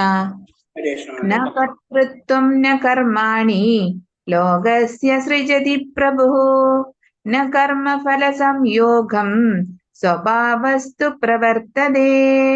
ഹരേ കൃഷ്ണ പ്രഭുജി. ഹരേ കൃഷ്ണ മാതാജി. ഇതില് ഈ ശ്ലോകത്തിൽ ഭഗവാൻ പറയുന്നത്, ശരീരസ്ഥനായ ആത്മാവ് തന്റെ ശരീരമാകുന്ന പുരത്തിന്റെ ഉടമസ്ഥൻ, കർമ്മങ്ങൾ ഉണ്ടാക്കുന്നില്ല, കർമ്മം ചെയ്യാൻ പ്രേരിപ്പിക്കുന്നില്ല, കർമ്മഫലങ്ങൾ ഉണ്ടാക്കുന്നതുമില്ല, പ്രകൃതിയിലെ ത്രിഗുണങ്ങളാണ് ഇവയ്ക്കെല്ലാം കാര്യം. ഇതെന്ന് പറഞ്ഞു കഴിഞ്ഞപ്പോ നമുക്കറിയാം, നമ്മുടെ ശരീരത്തിലാണ് നമ്മുടെ ആത്മാവ് ഇരിക്കുന്നത് നമുക്കറിയാം. അപ്പൊ ആ ആത്മാവ് എന്ന് പറയുന്നത്, ആത്മാവ് എന്ന് പറയുന്നത് നമ്മുടെ ശരീരത്തിന് ഒരു പുരം അല്ലെങ്കിൽ ഒരു വീടായിട്ട് സങ്കല്പിച്ചു കഴിഞ്ഞു കഴിഞ്ഞാൽ അതിന്റെ ഉടമസ്ഥൻ ശരിക്കും ഭഗവാൻ നമ്മുടെ ആത്മാവാണ്. പക്ഷെ ആത്മാവല്ല കാര്യങ്ങൾ ചെയ്യുന്നത് എന്നാണ് ഇതിൽ പറഞ്ഞത്. അപ്പൊ ഞാനല്ല കാര്യം. അപ്പൊ നമുക്ക് കൺഫ്യൂസ് ആവും, ഇതൊക്കെ ചെയ്യണത് ഞാനല്ല, അതല്ല ഞാനല്ല ചെയ്യണമെന്ന് ഭഗവാൻ പറഞ്ഞു തരുന്നത്. പ്രകൃതിയുടെ ത്രിഗുണങ്ങളാണ് ഇവയ്ക്കെല്ലാം കാരണം. ഇതാണ് ഇതിൽ ഈ ശ്ലോകത്തിന്റെ ഏറ്റവും ഇമ്പോർട്ടന്റ്. നമ്മളാണ് ഇതെല്ലാം ചെയ്യണത്, നമ്മളെല്ലാം ചെയ്യണത് പ്രകൃതിയിലെ ത്രിഗുണങ്ങളാണ് ഇവയ്ക്കെല്ലാം കാരണം. അതായത് അതിനൊരു എക്സാമ്പിൾ ഞാൻ കുറച്ച് 2 അധ്യായത്തിന് മുന്നേ പറഞ്ഞു. ഒരു സമുദ്രത്തിൽ വീണ് കിടക്കുന്ന ഒരു തടി, ആ തടി ഇതിനനുസരിച്ച് ഇങ്ങനെ ത്രിഗുണങ്ങൾ അനുസരിച്ച് ഇങ്ങനെ അങ്ങോട്ടും ഇങ്ങോട്ടും ആടിക്കൊണ്ടിരിക്കുന്നതാണ്. പ്രകൃതിയിലെ ത്രിഗുണങ്ങളാണ് ഇവയ്ക്കെല്ലാം കാരണം. അതാണ് ഇവിടെ ഭഗവാൻ ഇവിടെ 2 മനുഷ്യര് താഴ്ത്തു നിൽക്കുന്നുണ്ട്, അവരെ കൺട്രോൾ ചെയ്യുന്നത് ത്രിഗുണങ്ങളാണ്. ആ ത്രിഗുണങ്ങൾ തന്നെ ഭഗവാന്റെ ഒരു ശക്തിയാണ്. ഭഗവാൻ ഇതെല്ലാതും ഒരു ലീലയാ ശരിക്കും പറഞ്ഞു കഴിഞ്ഞാൽ. അപ്പൊ അതാണ് കൺട്രോൾ ചെയ്യുന്നത്, അല്ലാണ്ട് ആത്മാവല്ല. ആത്മാവ് എന്ന് പറഞ്ഞത് ശരിക്കും നമുക്കറിയാം 9 ദ്വാരങ്ങളുണ്ട് നമ്മുടെ ശരീരത്തില്. അപ്പൊ ആ 9 വാതിൽ എന്ന് തന്നെ പറയാം. ആ വാതിലില് പുരം വീട്, ആ വീടത്തിന്റെ അതിൽ കൺട്രോളറായിട്ട് നിൽക്കണാണ്. അപ്പൊ ആത്മാവ് ഒരു കാര്യവും ചെയ്യുന്നില്ല. ഇന്ദ്രിയങ്ങൾ, അതായത് ഒരു ഉദാഹരണം പറഞ്ഞു കഴിഞ്ഞാല് ഒരു ആനയും ഒരു ആനപ്പാപ്പാനും എടുത്തു കഴിഞ്ഞു കഴിഞ്ഞാൽ ആനയുടെ ഇഷ്ടത്തിനല്ല കാര്യങ്ങൾ നടക്കണം, ആനപ്പാപ്പാന്റെ ഇഷ്ടത്തിന് നടക്കുന്നത് അല്ലെ. ഈ ആനപ്പാപ്പാനാണ് ശരിക്കും നമ്മളെ ത്രിഗുണങ്ങളെന്ന് ചിന്തിച്ചാൽ മതി. അപ്പൊ നമുക്ക് അത് കൺസെപ്റ്റ് ക്ലിയർ ആവും. പക്ഷെ ആനയ്ക്ക് ഇത് ആനയുടെ ആഗ്രഹം കൊണ്ടല്ല, ആനപ്പാപ്പന്റെ ഡയറക്ഷൻ കൊണ്ട് നമ്മളിങ്ങനെ ചെയ്തുകൊണ്ടിരിക്കുന്നതാണ് എന്നാണ് ഭാവം പറഞ്ഞത്. അപ്പൊ അതില് ശരീരസ്ഥനായ ആത്മാവ് തന്റെ ശരീരമാവും പുരത്തിന്റെ ഉടമസ്ഥൻ. കർമ്മങ്ങൾ ഉണ്ടാക്കുന്നില്ല, കർമ്മങ്ങൾ ചെയ്യാൻ പ്രേരിപ്പിക്കുന്നില്ല, കർമ്മഫലങ്ങൾ ഉണ്ടാക്കുന്നില്ല. കാരണം ആനയ്ക്ക് അതിലൊരു റോളും ഇല്ല, എല്ലാവരും റോളായിരിക്കും ആനപ്പാപ്പന. പക്ഷെ ആനനെല്ലാം ചെയ്യുന്നത്, പക്ഷെ മറ്റുള്ള ചെയ്യുന്നതെല്ലാം ആനയാണ്, പക്ഷെ കാണുന്നത് എന്താ ആനപ്പാപ്പന്റെ ഇത് എന്ന് പറഞ്ഞ പോലെയാണ് ത്രിഗുണത്തിന്റെ പ്രത്യേകത. ഈ ഗുണങ്ങൾ കാരണം കൊണ്ടാണ് നമ്മൾ ഓരോ പ്രവൃത്തികളും ചെയ്യുന്നതെന്ന് പറഞ്ഞു വരുന്നത്. അപ്പൊ ത്രിഗുണങ്ങൾ എന്ന് ഞാൻ പറഞ്ഞു, ത്രിഗുണം തന്നെ ഭഗവാന്റെ സൃഷ്ടിയാണ്. അത് 3 സൃഷ്ടിച്ച് 3 ലെവലുണ്ട്. സാത്വികം, രജസ്, താമസികം. സാത്വിക ഗുണം എന്ന് പറഞ്ഞു കഴിഞ്ഞാൽ നമുക്ക് സാധാരണ രീതിയിൽ അറിയാവുന്ന പോലെ തന്നെ ധർമ്മിഷ്ടമായിട്ടുള്ള കാര്യങ്ങൾ മറ്റുള്ളതും. രാജസ്യം എന്ന് പറഞ്ഞു കഴിഞ്ഞാൽ ഭയങ്കര ആഗ്രഹങ്ങൾ, അത്യാർത്ഥി, ഭയങ്കര ഇപ്പോഴത്തെ ലോകത്തെ പ്രത്യേകത അതാണ്. എല്ലാതും ഭയങ്കര ഭൗതികത്തിന്റെ അൾട്ടിമേറ്റ് ലെവൽ എന്ന് പറയാം. താമസികം എന്ന് പറഞ്ഞു കഴിഞ്ഞാല് നമ്മളെ നെഗറ്റീവ്സ്, കഞ്ചാവ്, മനുഷ്യ, അങ്ങനത്തെ അതിനെല്ലാം ക്രിമിനൽസ്, ആ ലെവലിലുള്ളത്. അപ്പൊ അല്ലെങ്കിൽ ആ ലെവലിലെല്ലാം കൂടെ മിക്സ് ആയിട്ടുള്ളതാണ് ഈ ത്രിഗുണങ്ങൾ. ഇപ്പൊ ത്രിഗുണത്തില് 1, 2, 3 അങ്ങനെ 3 ഗുണങ്ങളുണ്ട്. ഇതാണ് നമ്മളെ കൺട്രോൾ ചെയ്യണമെന്ന് പറയുന്നത്. അപ്പൊ അതിന്റെ ഓരോരുത്തർക്കും ഓരോ ഗുണങ്ങള് വ്യത്യാസം ഉണ്ടാവും. ചിലർക്ക് താമസ്യം കൂടുതലായിരിക്കും, ചിലർക്ക് രജസ് കൂടുതലായിരിക്കും, ചിലർക്ക് സത്വഗുണം കൂടുതലായിരിക്കും. അതിന്റെ കാരണം എന്ന് വെച്ച് കഴിഞ്ഞാൽ അവൻ ചെയ്ത മുൻജന്മ കാര്യങ്ങളായിട്ടാണ് ബന്ധപ്പെട്ടിരിക്കുന്നതാണ്. ചിലവർക്ക് ഇപ്പൊ നമുക്ക് ചെറുപ്പത്തിലെ തന്നെ ചില വ്യക്തികൾക്ക് വളരെ സാത്വികമായിട്ട് ഗുണങ്ങൾ കാണാൻ പറ്റും. അതുപോലെ തന്നെ ചെറുപ്പത്തിലെ തന്നെ ചില കുട്ടികൾക്ക് ത്രിഗുണങ്ങളിലായ താമസികമായിട്ട് ഗുണങ്ങൾ കാണാൻ പറ്റും. അപ്പൊ എന്തുകൊണ്ടാണ് അത്? ചില നല്ല അച്ഛനമ്മമാരെ മക്കളായിരിക്കും, നല്ല പക്ഷെ മോഹം വളരെ വ്യത്യസ്തമായിരിക്കും. തിരിച്ചും സംഭവിക്കാം. ഇതൊക്കെ ഒരേ ഇതായിട്ട് ബന്ധപ്പെട്ടാണ്. സത്യം പറഞ്ഞ ജാതകം നമുക്കറിയാം, ജാതകം തന്നെ ഉണ്ടാക്കുന്നത് എങ്ങനെയാണ്, അതിന്റെ ഒരു ഇന്റേണൽ കാര്യങ്ങൾ നോക്കിക്കഴിഞ്ഞാൽ ഇതൊക്കെ ഇതിനോട്ട് ബന്ധപ്പെട്ടിട്ട് കിടത്തിയിട്ടാണ് പണ്ടുള്ള ആചാര്യന്മാർ ഇതൊക്കെ അത് ഗണിച്ച് നമുക്ക് തരാൻ പറ്റുന്നത്. അല്ലെങ്കിൽ എങ്ങനെയാണ്? കാരണം ഈ ജന്മത്തിലുള്ള കാര്യങ്ങൾ നമ്മൾ ഈ ജന്മത്തില് ഇങ്ങനെ ഒരു അവസ്ഥയിൽ പെട്ട് കഴിഞ്ഞു കഴിഞ്ഞാൽ നമ്മൾ ഇങ്ങനെയൊക്കെ ചെയ്യുമെന്നും ഇങ്ങനെയൊക്കെ ചെയ്തു കഴിഞ്ഞാൽ അതിന്റെ ഫലം ഇങ്ങനെയൊക്കെ ആയിരിക്കും അവർക്കറിയാം. മനസ്സിലായേ? അത് ഇന്ന കാര്യങ്ങൾ, പല കാര്യങ്ങളും അതിന് ബന്ധപ്പെട്ട് കിടക്കണമെന്ന് മനസ്സിലാക്കാൻ പറ്റും. അതാണ് ത്രിഗുണങ്ങൾ. അപ്പൊ ഈ ത്രിഗുണങ്ങളിലാണ് ഈ ലോകം നിലനിൽക്കുന്നത്. അതായത് ഭൗതിക പ്രകൃതി നിലനിൽക്കുന്നത് തന്നെ ഈ ത്രിഗുണങ്ങളാണ്. ആ ത്രിഗുണങ്ങളിൽ അകപ്പെട്ട ആത്മാവ് അതിനനുസരിച്ച് പ്രവർത്തിക്കുന്നല്ലാണ്ട് ആ ആത്മാവിന് യാതൊരു ബന്ധവുമില്ല. കർമ്മങ്ങൾ ഉണ്ടാക്കുന്നില്ല, കർമ്മങ്ങൾ ചെയ്യുന്നില്ല, അത് പ്രവർത്തിക്കും. ഞാൻ ഒരു കഥ പറഞ്ഞു, ഇപ്പൊ തന്നെ ഞാനൊരു എക്സാമ്പിൾ പറഞ്ഞ പോലെ ഹരേകൃഷ്ണ. അതന്നെ ത്രിഗുണങ്ങളെ പറ്റി ഡീറ്റെയിൽ ആയിട്ട് കുറെ പറയാനുണ്ട് ത്രിഗുണങ്ങളെ പറ്റി ഹരേകൃഷ്ണ. അത് പിന്നെ ഡീറ്റെയിൽ ആയിട്ട് പറയാം. ഹരേ കൃഷ്ണ. ഹരേ കൃഷ്ണ. തദ്ബുദ്ധയസ്തദാത്മാന തന്നിഷ്ടാസ്തത്പരായണാഃ ഗച്ഛന്ത്യ പുനരാവൃത്തിം ജ്ഞാനനിർധൂതകൽമഷാഃ ഹരേ കൃഷ്ണ പ്രഭുജി. ഹരേ കൃഷ്ണ മാതാജി. പിന്നെ ഇതിൽ പറയണത് ബുദ്ധിയും മനസ്സും വിശ്വാസവും ആശ്രയവും എല്ലാം പരമ്പൊരുളിൽ കൃഷ്ണനിൽ ഉറപ്പിച്ചു നിർത്തുമ്പോൾ പരിപൂർണ ജ്ഞാനത്താൽ സംശയങ്ങൾ ഒഴിഞ്ഞ് മുക്തിമാർഗത്തിൽ മുന്നേറുന്നു. അപ്പൊ ഒരു ദൃഢനിശ്ചയം നമുക്ക് ഉണ്ടായിരിക്കണം. നമുക്ക് ബുദ്ധി ഉണ്ടാവണം, അതിനനുസരിച്ച് മനസ്സ് അതിനനുസരിച്ച് ചെയ്യണം, വിശ്വാസം, ആശ്രയം, ഇതെല്ലാം കൂടി ഉണ്ടായി കഴിഞ്ഞാലോ നമുക്ക് ഭഗവാനിലെ ഉറപ്പ് വരുത്താൻ പറ്റുള്ളൂ. കാരണം ഭൗതിയുടെ ഒരു പ്രശ്നം എന്ന് പറഞ്ഞു കഴിഞ്ഞാല് നമ്മളിൽ ഒന്ന് കിട്ടിയാൽ 100 മതിയം എന്ന് പറയുന്ന ഒരു ശ്ലോകം തന്നെയാണ്. കാരണം ഈ ഭൗതികയുടെ പ്രശ്നം എന്ന് വെച്ച് കഴിഞ്ഞാൽ ആ ഭൗതികയിൽ എത്രയും പോണ് അത്രയും പ്രശ്നങ്ങൾ വരും. അതിന് നമ്മളെ ലൈഫിൽ നമ്മൾ പറഞ്ഞത് വളരെ സിമ്പിൾ ആയിട്ട് ജീവിക്കാൻ പറഞ്ഞത്. അപ്പൊ സിംപ്ലിസിറ്റി ഉണ്ടെങ്കിലോ നമുക്ക് ലൈഫിൽ ആത്മീയ അല്ലെങ്കിൽ സാധാരണ രീതിയിലുള്ള സന്തോഷം കിട്ടണമെങ്കിൽ തന്നെ നമുക്ക് ആ സിംപ്ലിസിറ്റി പറയുന്നതാണ്. അപ്പൊ ആ സിംപ്ലിസിറ്റി പറഞ്ഞ അപ്പൊ ഭൗതികരുടെ പ്രോബ്ലം അതാണ്. അതൊരിക്കലും നമുക്ക് ഒരു ശാശ്വതമായ സന്തോഷം കിട്ടൂല. അതിങ്ങനെ കൂടിക്കൊണ്ടിരിക്കും. ഒരു പ്രശ്നത്തിൽ നിന്ന് വലിയ സങ്കീർണമായ പ്രശ്നത്തിലേക്ക് പോകും. അപ്പൊ അത് കാരണം കൊണ്ടാണ് സിംപ്ലിസിറ്റിയിലേക്ക് പോരുന്നത്. അത് തന്നെയാണ് പറയുന്നത്. കാരണം ബുദ്ധിയും മനസ്സും വിശ്വാസവും ഇതൊക്കെ മനസ്സിലാവുന്നതോടുകൂടി നമുക്ക് ആത്മീയ ജ്ഞാനം അല്ലെങ്കിൽ ആത്മീയം ഒരു ലെവലിൽ നമുക്ക് ചിന്തിച്ചു തുടങ്ങുന്നത് ഇങ്ങനത്തെ അവസ്ഥയിലേക്ക് പോകുമ്പോൾ തന്നെയാണ്. നമ്മൾ എന്തിനാണ്, നമ്മൾ ആരാണ്, ഞാനും മറ്റുള്ളവരും തമ്മിലുള്ള ഡിഫറൻസ് എന്താണ് എന്നൊക്കെ ചിന്തിച്ച് കഴിയുമ്പോഴാണ്. അല്ലെങ്കിൽ നമ്മൾ സാധാരണ ഭഗവാൻ വിളിക്കുക, എനിക്ക് എന്തെന്നൊരു പൈസ കിട്ടണം, എനിക്ക് ജോലി കിട്ടണം, അങ്ങനെ അത് വേണം, ഇത് വേണം, ഇത് മാത്രമേ നമ്മുടെ മനസ്സിൽ, അല്ലെങ്കിൽ ഞാൻ മറ്റെന്തെങ്കിലും പൈസക്കാരനാവണം, അല്ലെങ്കിൽ അവർക്ക് ആ പ്രശ്നം ഉണ്ടാവണം, ഈ പ്രശ്നം, ഇത് മാത്രം നമ്മുടെ ചിന്താഗതികൾ ഉണ്ടാവും. പക്ഷെ അതിന് നമ്മൾ മനസ്സ് എന്ന് മാറണോ, ശരിക്കും അത് ഫസ്റ്റ് ലെവലാണ്. അതിന്ന് മനസ്സിൽ മാറുന്നോണ്ട് ഞാൻ എന്താണ് എന്ന് ചിന്താഗതിയിലേക്കാണ് പിന്നെ ഭഗവാൻ ഞാനൊരു ആത്മാവാണെന്നും. അപ്പൊ ആത്മാവിനെ പറ്റി നമ്മൾ പഠിക്കുമ്പോഴാണ് അതാണ് ബ്രഹ്മത്തിന്റെ ഒരു ലെവല്. അതിന് പഠിച്ച് അടുത്ത ലെവലിലേക്ക് ചിന്തിക്കുമ്പോഴാണ് പരമാത്മാവ് ഉണ്ടെന്നും ആ പരമാത്മാവിന് അൾട്ടിമേറ്റും എന്ന് മനസ്സിലാകുമ്പോഴാണ് നമ്മുടെ ബുദ്ധിയും നമ്മുടെ മനസ്സും നമ്മുടെ വിശ്വാസവും എല്ലാം ഭഗവാനിൽ ഉറപ്പിച്ചു നിർത്താൻ പറ്റുന്നത്. അതായത് ഞാൻ എന്നുള്ള വ്യക്തിയിൽ നിന്ന് ഭഗവാനിലേക്ക് കണക്ട് ചെയ്യണം.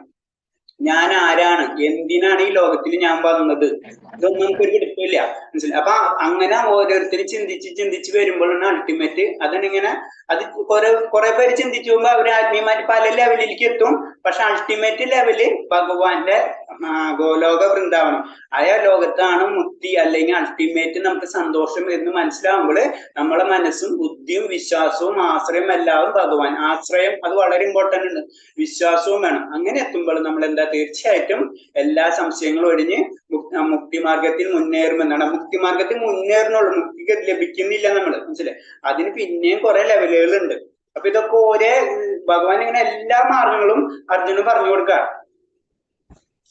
ഈ ഫോട്ടോഗ്രാഫിൽ കാണിച്ചിട്ടുള്ളത് തന്നെയില്ല, പല ലെവലുകൾ ഉണ്ടെന്നാണ്. ഇത് ആദ്യത്തെ രണ്ടാമത്തെ അധ്യായത്തിൽ പറഞ്ഞതാണ്. ഈ ലെവലിൽ തന്നെ ബ്രഹ്മൻ, പരമാത്മാവ്, ഭഗവാൻ. നമുക്കറിയാം ഈ ഭഗവാന്റെ ശരീരത്തിൽ നിന്ന് വരുന്ന പ്രകാശ ജ്യോതിയാണ് ശരിക്കും ഫസ്റ്റ് ബ്രഹ്മം. ആ ബ്രഹ്മത്തിൽ ചെന്ന് അലിയാനായിരിക്കും ചില ആൾക്കാർക്ക് ആഗ്രഹം ഉണ്ടാവാം. അവർക്ക് അത്രമാത്രം അറിയുള്ളൂ. അവര് ആത്മീയമായിട്ടുള്ള പല കാര്യങ്ങള് പഠിച്ച് അതിനനുസരിച്ച് യോഗാഭ്യാസം ചെയ്ത് അഷ്ടാംഗയോഗം ചെയ്ത് ആ ലെവലിലെത്തി അവര് ഈ ബ്രഹ്മത്തിൽ ചെന്ന് ലയിക്കുക ചെയ്യണം ശരിക്കും. അതായത് ഫസ്റ്റ് ലെവല്, അതായത് ഭഗവാനിലേക്കുള്ള ഫസ്റ്റ് ലെവലാണ് ബ്രഹ്മം. പിന്നെ അടുത്ത ലെവല് അതിനെ കൂടെ കാര്യങ്ങൾ മനസ്സിലാക്കി ജ്ഞാനയോഗത്തിൽ കൂടി അത് കാര്യങ്ങൾ മനസ്സിലായി ഭക്തിയോഗത്തിൽ കൂടി പതുക്കെ കടക്കുമ്പോഴാണ് പരമാത്മാവ് ലെവലിലേക്ക് എത്തുന്നത്. അതായത് ചതുർഭുജ രൂപനോട് ഒരു ഭഗവാൻ ഉണ്ട്. ബ്രഹ്മ മാത്രമല്ല അതിലൊരു വ്യക്തിത്വം ഉണ്ടെന്ന് മനസ്സിലാകുമ്പോഴേക്കും അവര് പരമാത്മാ ലെവലിലേക്ക് കടന്നിട്ടുണ്ടാവും. അത് കഴിഞ്ഞ് ലാസ്റ്റ് ആണ് അത് ഭഗവാൻ എന്ന് പറഞ്ഞത് ശ്യാമസുന്ദരനായ ഭഗവാൻ ശ്രീകൃഷ്ണനാണ്. അവിടെ ഗോപാല വൃന്ദാവനം ഉണ്ടെന്നും അതേപോലെ തന്നെ രാധാരാണി ഉണ്ടെന്നും അതൊരു വൃന്ദാവനമാണെന്നും അങ്ങനത്തെ കാര്യങ്ങൾ ലെവലിലേക്ക് അവര് മനസ്സെത്തുമ്പോൾ ഭഗവാനെ സാക്ഷാത്കരിക്കാൻ ശ്രദ്ധിക്കും. അപ്പൊ 3 തരത്തിലുള്ള സാക്ഷാത്കാരങ്ങളുണ്ട്. ഒന്ന് ബ്രഹ്മ സാക്ഷാത്കാരം, ഒന്ന് പരമാത്മാ സാക്ഷാത്കാരം, ഒന്ന് ഭഗവാൻ സാക്ഷാത്കാരം. അങ്ങനെ 3 തരം സാക്ഷാത്കാരത്തിന് ഈ ഇതിൽ കൂടെ തന്നെ ഭഗവാൻ. അതാണ് ശരിക്കും പരിപൂർണമായ ലെവല്. അതാണ് ഈ ഫോട്ടോഗ്രാഫിയിൽ കാണിച്ചിട്ടുള്ളത്. ഇതും ഭഗവാന്റെ ഒരു ഫോട്ടോ ആണ്. ഇനി അടുത്തത് ഹരേ കൃഷ്ണ മാതാജി. ഹരേ കൃഷ്ണ. വിദ്യാവിനയ സമ്പന്നേ ബ്രാഹ്മണേ ഗവിഹസ്തിനി ശുനി ചൈവ ശഭാഗേ ച പണ്ഡിത സമദർശിനഃ. ഹരേ കൃഷ്ണ പ്രഭുജി. ഹരേ കൃഷ്ണ മാതാജി. ഇതില് ഭഗവാൻ പറഞ്ഞു തരുന്നത് ശരിക്കും ഒരു പണ്ഡിതൻ എന്ന് പറഞ്ഞത്, അല്ലെങ്കിൽ ഒരു ഭക്തൻ എന്ന് പറഞ്ഞതിന്റെ ഒരു ഡെഫിനിഷനാണ് ഭഗവാൻ ഇതിൽ പറഞ്ഞു തരുന്നത്. അറിവും വിനയമുള്ള ബ്രാഹ്മണനെയും പശുവിനെയും ആനയെയും നായയെയും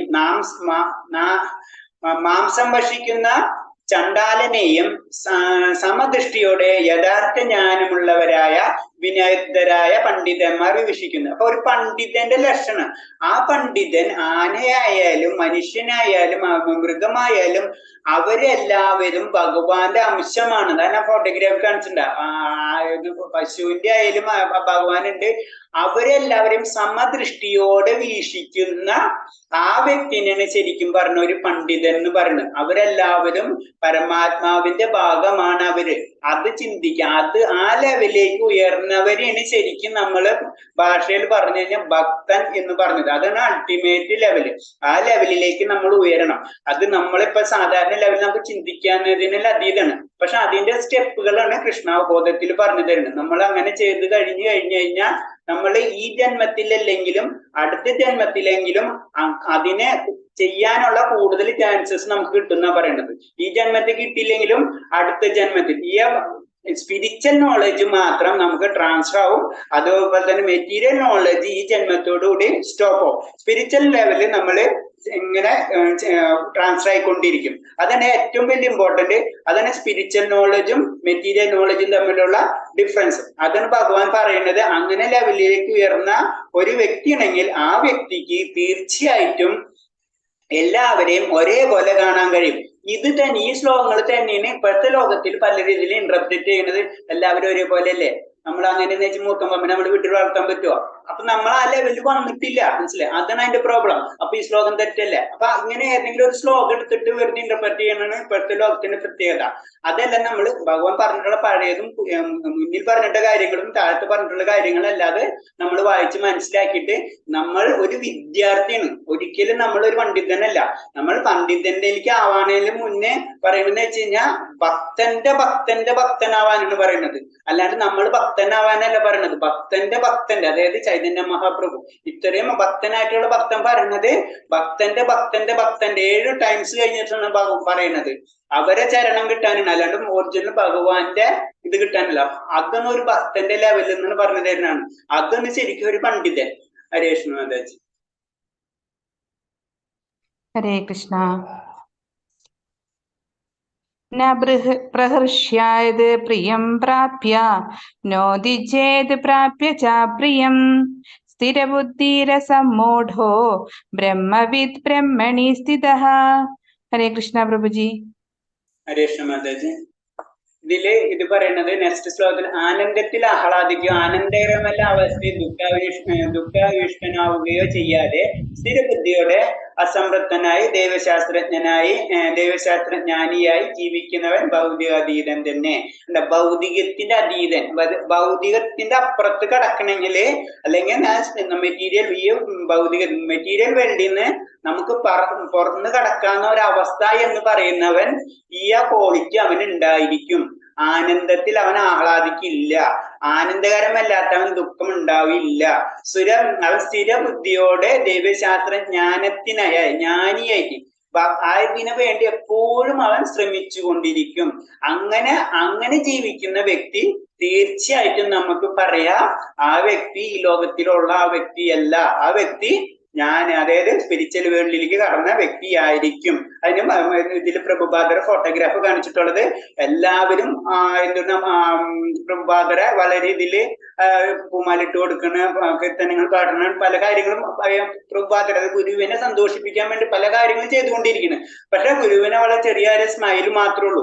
അതായത് അതിൽ ആഹ്ലാദിക്കുന്നില്ല. മറ്റുള്ളവർ ആഹ്ലാദിക്കാൻ വേണ്ടി അതായത് പ്രഭുപാദര ചിരിക്കുന്നു മാത്രമേ ഉള്ളൂ. അതാണ് ശരിക്കും ഒരു ഭക്തൻ എന്ന് പറഞ്ഞത്. അതായത് മറ്റുള്ളവർക്ക് വേണ്ടിയാണ് അദ്ദേഹം ചിരിക്കുന്നത്, ഒരിക്കലും നമുക്ക് വേണ്ടിയല്ല. അതാണ് അങ്ങനത്തെ ഒരു വ്യക്തിയാണ് ശരിക്കും ഭൗതികത്തിന്റെ ലെവലിലേക്ക് കടക്കുന്ന പറയുന്നത്. അപ്പൊ നമ്മൾ ചെയ്യുന്ന കാര്യങ്ങള് നമുക്ക് സന്തോഷം കിട്ടാൻ ചെയ്തു കഴിഞ്ഞാൽ അതിന് കുഴപ്പമുണ്ടെന്നല്ല പറയണത്. ശരിക്കും ഒരു ഭക്തന്റെ ലെവലുകളാണ് ഭഗവാൻ പറഞ്ഞു തന്നെ. കൃഷ്ണ അവബോധം എന്താണ് എന്നാണ് ഈ ശ്ലോകത്തിൽ കൂടെ ഭഗവാൻ കൃഷ്ണന്റെ അവബോധം. നമ്മൾ കൃഷ്ണാവബോധം വരുമ്പോഴാണ് നമ്മളെല്ലാ ജീവികളെയും ഒരേപോലെ കാണാൻ പറ്റുള്ളൂ. അല്ലാത്ത വ്യക്തികൾക്ക് ഒരിക്കലും കാണാൻ പറ്റില്ല. നമുക്ക് തന്നെ ഒരു ലെവലും ഇല്ല. കാരണം നമ്മൾ ജീവിക്കുന്ന ഭൗതിക ലോകത്തിൽ കാരണം കൊണ്ട് ഭൗതിക ലോകത്തിൽ നിന്ന് പുറത്ത് കടന്നാലോ നമുക്ക് ഇങ്ങനത്തെ ക്വാളിറ്റി വരാൻ പറ്റുള്ളൂ. അങ്ങനെ വന്നു കഴിഞ്ഞാൽ നമുക്ക് ആത്മീയ ലോകത്തിലായി കഴിഞ്ഞു നമ്മള്, പിന്നെ നമ്മൾ സ്പെഷ്യൽ ആയിട്ട് അത് ചെയ്യേണ്ട ആവശ്യമില്ല. അതിനുള്ള സ്റ്റെപ്പാണ് ശരിക്കും നമുക്ക് ക്ലാസ്സസിൽ നമുക്ക് അതിൽ ഫസ്റ്റ് സ്റ്റെപ്പാണ് ജപയജ്ഞം എന്ന് പറയുന്നത്. നമ്മളെ കലിയുഗത്തിലെ ഏറ്റവും ഇമ്പോർട്ടന്റ് ആയിട്ടുള്ള യജ്ഞം ജപമാണ്. ആ ജപയജ്ഞത്തിന്റെ ആ ജപത്തിലെ യജ്ഞം, അതായത് യജ്ഞത്തില് ജപമാണ് ഞാനെന്ന് ഭഗവാൻ പറഞ്ഞു തരുന്നുണ്ട് ഭഗവത്ഗീതയില്. അപ്പോ ആ യജ്ഞം ചെയ്യാനോ ഈ ലോകത്തിൽ ഈ കലിയുഗത്തിൽ നടക്കുള്ളൂ. ആ കലിയുഗത്തിൽ നമ്മൾ ജപം ചെയ്ത് പതുക്കെ നമ്മളെ ആത്മീയമായിട്ട് ലെവല് കൂട്ടിക്കൊണ്ടുവരണം എന്നാണ് ഭഗവാൻ പറഞ്ഞു തരുന്നത്. അങ്ങനെ വന്നു കഴിഞ്ഞാലോ ആ വ്യക്തിക്ക് ഭൗതികാതീതനായ ലെവലിലേക്ക് പോവാൻ കഴിയുള്ളൂ. ഹരേ കൃഷ്ണ മാതാജി. ഹരേ കൃഷ്ണ. യേ ഹി സംസ്പൃശ്ച ഭോഗാഃ ദുഃഖയോനയ ഏവ തേ ആദ്യന്തവന്ത കൗന്ദേയ നാതേഷു രമതേ ബുദ്ധഃ. ഹരേ കൃഷ്ണ പ്രഭുജി. ഹരേ കൃഷ്ണ മാതാജി. ഇതിൽ ഭഗവാൻ പറഞ്ഞു തരുന്നത് ഇതേപോലെ തന്നെയാ. ബുദ്ധിമാൻ ഭൗതിക കേന്ദ്രീയങ്ങളുമായുള്ള ബന്ധം മൂലമുണ്ടാകുന്ന ദുഃഖങ്ങളിൽ പങ്കുകൊള്ളാറില്ല. അല്ലേ കുന്തിപുത്ര, ഭൗതിക സുഖങ്ങൾക്ക് ആദിയും അവസാനവും ഉള്ളത് കൊണ്ട് അവയിൽ ഒരിക്കലും ബുദ്ധിമാന്മാർ സന്തോഷം കൊള്ളുന്നില്ല. നമുക്കറിയാം നമ്മളെ സന്തോഷം, അത് ഭൗതിക ലോകത്തിലെ സന്തോഷം എന്നൊരു നശ്വരങ്ങളാണ്. അത് ഒരു കുറച്ചു നേരത്തേക്ക് നിലനിൽക്കുള്ളൂ. ഒരു വീടുണ്ടാക്കി കുറച്ച് കഴിയുമ്പോ അതിന്റെ സന്തോഷം കഴിഞ്ഞു. പിന്നെ വേറെ എന്തെങ്കിലും ഒരു പുതിയ പേന വാങ്ങിച്ചു, കുറച്ചു നേരത്തെ ആ പേന വാങ്ങിക്കുമ്പോ കുറച്ചു നേരം നമ്മൾ നോക്കി നല്ല പേന നോക്കിയെടുത്ത് 2 ദിവസം ഉപയോഗിച്ചു, അതിന്റെ ഇത് കഴിഞ്ഞു. അപ്പൊ അതിന് പറഞ്ഞ ബുദ്ധിമാനായ മനുഷ്യൻ ഒരിക്കലും ആയ സന്തോഷം ഭൗതിക കേന്ദ്രങ്ങളുമായിട്ടുള്ള ബന്ധമുണ്ടാകുന്ന ദുഃഖങ്ങളോ അതുപോലെ സന്തോഷങ്ങളോ അതിൽ പങ്കുകൊള്ളാറില്ല. അതായത് നമ്മളെ പതുക്കെ ആ ഭൗതികത്തിൽ നിന്ന് ബന്ധം ഇങ്ങനെ മാറ്റിക്കൊണ്ടിരിക്കുന്നു. ആ ബന്ധമുള്ളത് കാരണം കൊണ്ടാണ് നിനക്ക് ഈ ദുഃഖം ഉണ്ടാകുന്നതുകൊണ്ടും. അതുകൊണ്ട് നീ എത്രയും ഭൗതിക ബന്ധങ്ങൾ കുറയ്ക്കുന്നുവോ അത്ര നിനക്ക് മനസ്സിന് സമാധാനം സന്തോഷം ഉണ്ടാവും. അങ്ങനെ ഭൗതിക ബന്ധങ്ങൾ മാത്രം കുറച്ചാൽ മാത്രമല്ല, നീ ആത്മീയമായിട്ട്, അതായത് ഭക്തിയുത സേവനം അൾട്ടിമേറ്റ് ഞാനാണ് ഭോക്താവെന്നും എന്നെ സന്തോഷിപ്പിക്കണം. അപ്പൊ ആ രീതിയിൽ ചെയ്തു കഴിഞ്ഞാലോ നമുക്ക് ആത്മീയമായിട്ടുള്ള സന്തോഷം കിട്ടുള്ളൂ. ഇപ്പൊ നമ്മളൊരു ഇന്റർപ്രിട്ടേഷൻ എന്ന് പറഞ്ഞത് ഭഗവാനെ സന്തോഷിപ്പിക്കുക എന്ന് പറയുമ്പോൾ നമ്മള് ചിന്തിക്കുമ്പോ നമുക്കൊരു ചെറിയൊരു ഇത് തോന്നും അല്ലെ. ഭഗവാൻ എങ്ങനെ ഭഗവാൻ സന്തോഷിക്കുമ്പോഴോ നമുക്ക് സന്തോഷം ഉണ്ടാവുള്ളൂ. അതിന് ഉദാഹരണം നമ്മൾ സിമ്പിൾ ആയിട്ട് ഭക്തന്മാർക്ക് ശരിക്കും മനസ്സിലാക്കാൻ പറ്റും. നമ്മള് ഭഗവാനെ പ്രാർത്ഥിക്കുമ്പോൾ അല്ലെങ്കിൽ ഭഗവാന് പൂക്കൾ അർപ്പിക്കുമ്പോൾ ഉണ്ടാവുന്ന ഒരു മാനസിക സന്തോഷം, അത് ഭക്തന്മാർക്ക് മാത്രം മനസ്സിലാവുള്ളൂ, അല്ലാത്തവർക്ക് അത് മനസ്സിലാവില്ല. അപ്പൊ ആ സന്തോഷം എന്ന് പറയുന്നത് നമ്മളെ ഭഗവാനിലേക്ക് അടുക്കുമ്പോ തോന്നുന്നു അത് വരാം. അതെന്ന് പറഞ്ഞാൽ നമ്മള് സുഹൃതികൾ ഉണ്ടെങ്കിലോ നമുക്ക് ആ ഒരു പവർ കിട്ടുള്ളൂ. അല്ലാത്തവരെന്ന് പറഞ്ഞു കഴിഞ്ഞാൽ ദുഷ്കൃതികൾ എന്ന് പറഞ്ഞാൽ താഴത്തെ ലെവലുണ്ട്. അവർക്ക് 4ആയിട്ട് അവരെയും തിരിച്ചുവെച്ചിട്ടുണ്ട്. അവർക്ക് ജ്ഞാനമുള്ളവരും ഉണ്ടാവും, പക്ഷെ ആ ജ്ഞാനം അതിൽ ബന്ധപ്പെട്ടതല്ല. ആ ജ്ഞാനം അവര് ദുരുപയോഗം ചെയ്യുന്നത്. അപ്പൊ ഇതിൽ പറഞ്ഞെന്ന് വെച്ച് കഴിഞ്ഞാൽ ഈ ശ്ലോകത്തിൽ പറയുന്നത് ഇത്രേ ഉള്ളൂ. അതായത് നമ്മളെ ഇതിലിപ്പോ ചെറിയ എക്സാമ്പിൾസ് കാണിച്ചിട്ടുള്ള ഫോട്ടോഗ്രാഫ് ഈയാമ്പാറ്റ തീ കാണുമ്പോ പോണാണ്. അപ്പൊ ഈയാമ്പാറ്റ ലക്ഷ്യം എന്ന് പറഞ്ഞാൽ തീയില് സന്തോഷം കിട്ടുന്ന ചെല്ലുന്നത്, മനസ്സിലായേ? അപ്പൊ അവിടെ സന്തോഷം എന്ന് വെച്ച് കഴിഞ്ഞാൽ എന്തോ കഴിക്കാനുള്ള, അങ്ങനെ ചെല്ലുമ്പോ ഈയാമ്പാറ്റ മുഴുവനും അവിടെ വെച്ച് ക്ലോസ് ആയി പോകണം, മനസ്സിലായി? അപ്പൊ അങ്ങനെ മീൻ ഇത് ചെറിയ മീനെ പിടിക്കുന്ന ഈ ചൂണ്ടയിൽ പെടുന്ന പോലെ എന്തോ കഴിക്കാനുള്ള ആഗ്രഹം കൊണ്ടാണ് ഒരു സന്തോഷത്തിന് വേണ്ടി ഉടനെ ചെന്ന് പിടിക്കുന്നത് ചൂണ്ടക്കാരൻ പിടിച്ചു പോവാ. അപ്പൊ അതാണ് ഈ ഭൗതികം. സന്തോഷവും ദുഃഖവും എന്നൊക്കെ പറഞ്ഞത് അത്രേ ഉള്ളൂ എന്ന് നമ്മൾ എന്ന് മനസ്സിലാവണോ അവരാണ് ശരിക്കും ഒരു ബുദ്ധിമാൻ എന്നാണ് ഈ ശ്ലോകത്തില് ഭഗവാൻ പറഞ്ഞു തരുന്നത്. ലഭന്തേ ബ്രഹ്മ നിർവാണം ഋഷയാ കൽമഷാഃ ചിന്നദ്വൈതായതാത്മാന സർവഭൂതഹിതേ രഥാഃ. ഹരേ കൃഷ്ണ പ്രഭുജി. ഹരേ കൃഷ്ണ മാതാജി. ഇനി അടുത്തത് സംശയങ്ങളിൽ നിന്ന് ഉത്ഭവിക്കുന്ന ദ്വന്ദ്ങ്ങൾക്ക് അതീതരായവരും മനസ്സിൽ തന്നെ വ്യാപരിക്കുന്നവരും എപ്പോഴും സകല ജീവജാലങ്ങൾക്ക് ക്ഷേമൈശ്വര്യത്തിന്റെ പ്രവർത്തനങ്ങളിൽ തിരക്കിട്ട് പ്രവർത്തിച്ചു കൊണ്ടിരിക്കുന്നവരും സർവ്വപാപങ്ങളിൽ നിന്ന് മോചനം നേടിയവരുമായിട്ടുള്ളവർ ബ്രഹ്മനിർവാണം പോകുന്നു. അപ്പൊ എന്താ പറയുന്നത്? സംശയങ്ങൾ, അതായത് നമുക്ക് പല സംശയങ്ങൾ ഉണ്ടാവും അല്ലെ, ഭഗവാൻ ആധാരൻ അങ്ങനത്തെ എല്ലാ ഡൗട്ടുകളും. അപ്പൊ ജ്ഞാനം, ആ ജ്ഞാനം നമുക്ക് കിട്ടിയാലോ, ശരിക്കും പറഞ്ഞത് നമുക്ക് 3 സെക്ഷനായിട്ട് തിരിക്കുമ്പോ കർമ്മയോഗം, ഭക്തിയോഗം, ജ്ഞാനയോഗം അല്ലെ. അപ്പൊ കർമ്മയോഗം എന്ന് പറഞ്ഞത് വൈദികമായിട്ട് ചെയ്യുന്ന കർമ്മങ്ങളാണ്. നമ്മൾ അത് ഭഗവാനിലേക്ക് തന്നെ കണക്ട് ചെയ്യുമ്പോൾ ഇത് പറഞ്ഞത് കർമ്മയോഗം. ഭക്തിയോഗം എന്ന് പറഞ്ഞാൽ പ്യുവർ ഡിവോഷൻ, അതായത് ഭഗവാന് വേണ്ടി മാത്രം കർമ്മം ചെയ്യുന്നത്. പിന്നെ ജ്ഞാനയോഗം എന്ന് പറഞ്ഞത് ഭഗവാന് ആ ജ്ഞാനം ലഭിച്ചിട്ട് ആ ജ്ഞാനം കൊണ്ട് ഭഗവാൻ എന്താണെന്ന് മനസ്സിലാക്കുകയും ഭഗവാനെ നമ്മൾ അതിനനുസരിച്ച് ഭഗവാന്റെ കാര്യങ്ങൾ ചെയ്യുകയും ചെയ്യുന്നതിനാണ് ജ്ഞാനയോഗം. ആ ജ്ഞാനം നമുക്ക് ലഭിച്ചാലോ, നമുക്ക് എന്തെങ്കിലും ഒരു സബ്ജക്ട് അറിഞ്ഞാലല്ലേ, അത് ഇപ്പൊ നമ്മളിപ്പോ ഒരു ആ മൊബൈല് നമുക്ക് കേട്ടിട്ടില്ല എന്ന് വെച്ച് കഴിഞ്ഞാൽ നമ്മൾ മൊബൈലിനെ പറ്റി ഒരു 50 വർഷം മുന്നേ മൊബൈലിനെ പറ്റി ആർക്കും അറിയില്ല. അപ്പൊ അവിടെ ജ്ഞാനം എന്ന് പറഞ്ഞു, ആ ജ്ഞാനം നമുക്ക് ലഭിച്ചാലോ നമുക്കിപ്പൊ അറിയാം മൊബൈൽ കൊണ്ട് എന്തൊക്കെ ചെയ്യാൻ പറ്റുന്നു. ആ ജ്ഞാനം നമുക്ക് ലഭിച്ച കാര്യം കൊണ്ടാണ്. അതാണ് ജ്ഞാനയോഗത്തിന്റെ പ്രത്യേകത. അപ്പൊ ജ്ഞാനം വേണം ആ വ്യക്തിക്ക്, അത് എന്തിലേക്ക് ഉപയോഗിക്കണം, അതിന് ജ്ഞാനം നമ്മള് ഭക്തിയോഗത്തിലേക്ക് നമ്മൾ ഉപയോഗിക്കേണ്ടതെന്ന് പറയുന്നത്. കർമ്മയോഗം എന്ന് പറഞ്ഞത് കർമ്മം ചെയ്തുകൊണ്ട് തന്നെ നമ്മൾ ചെയ്യുന്ന പ്രവൃത്തികളിൽ തന്നെ, പ്രത്യേകിച്ച് വൈദികപരമായിട്ടുള്ള രീതിയിൽ കർമ്മങ്ങൾ ചെയ്യുമ്പോൾ അത് ഭഗവാന് മുൻനിർത്തിയിട്ടായിരിക്കും ചെയ്യേണ്ടത്. അതിൽ നമ്മൾ കർമ്മഫലങ്ങൾ പ്രതീക്ഷിക്കാതെ, അതായത് ഒരു സെറ്റപ്പ് പോലെയാണ്.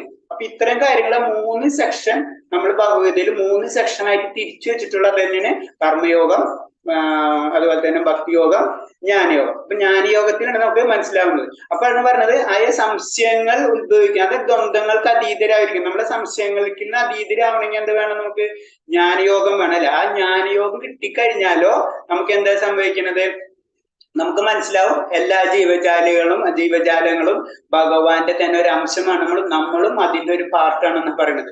അതായത് ഞാനും ഒരു സാധാരണ നായും തമ്മിൽ ആത്മീയമായിട്ട് ലെവലിൽ തമ്മിൽ ഒരു വ്യത്യാസമില്ല. എന്റെ ആത്മാവ് തന്നെയാണ് നാളെ നായയുടെ ആത്മാവോ അല്ലെങ്കിൽ നായയുടെ ആത്മാവായിരിക്കാം ഞാനെന്നുള്ള രീതിയിൽ മനസ്സിലാക്കുകയാണെന്ന് വെച്ച് കഴിഞ്ഞാൽ നമ്മ സകല ജീവികൾക്കും വേണ്ടി തന്നെ ക്ഷേമൈശ്വര്യങ്ങൾ പ്രവർത്തിക്കും. അങ്ങനെ പ്രവർത്തിച്ചു കൊണ്ടിരിക്കുമ്പോഴാണ് അവര് എല്ലാ പാപങ്ങളിൽ നിന്ന് മാറി ബ്രഹ്മനിർവാണം എന്നുള്ള പൊസിഷനിലേക്ക് അവർ പോകുന്ന പറയുന്നത്. മനസ്സിലായി? അപ്പൊ ഇതാണ് കൃഷ്ണാവബോധം എന്ന് പറഞ്ഞത്. ഇതൊക്കെ ഇതിന്റെ അൾട്ടിമേറ്റ് അത്ര ഹയർ ലെവലുള്ള ഫിലോസഫികളാണ്. പക്ഷെ ഇതൊക്കെ നമ്മൾ ജസ്റ്റ് അറിഞ്ഞിരിക്കണാണ് നമ്മളെ ലക്ഷ്യം. ഇതില് പ്രഭുപാദർ തന്നെ പറയണെന്ന് വെച്ച് കഴിഞ്ഞാൽ നമ്മൾ എല്ലാ ശ്ലോകങ്ങളോ എല്ലാ വൈദിക ഗ്രന്ഥങ്ങളും മുഴുവനും പഠിച്ച് അതിനുള്ള ആയുസോ അതിനുള്ള നോളജോ അതിനുള്ള ടൈമോ നമുക്കില്ല. നമ്മുടെ ആപ്പാടെ ഒരു ഇപ്പോഴത്തെ രീതിയിൽ എന്ന് പറയുന്നത് കലിയുഗത്തിന്റെ നർമ്മം ജപയജ്ഞാണ്.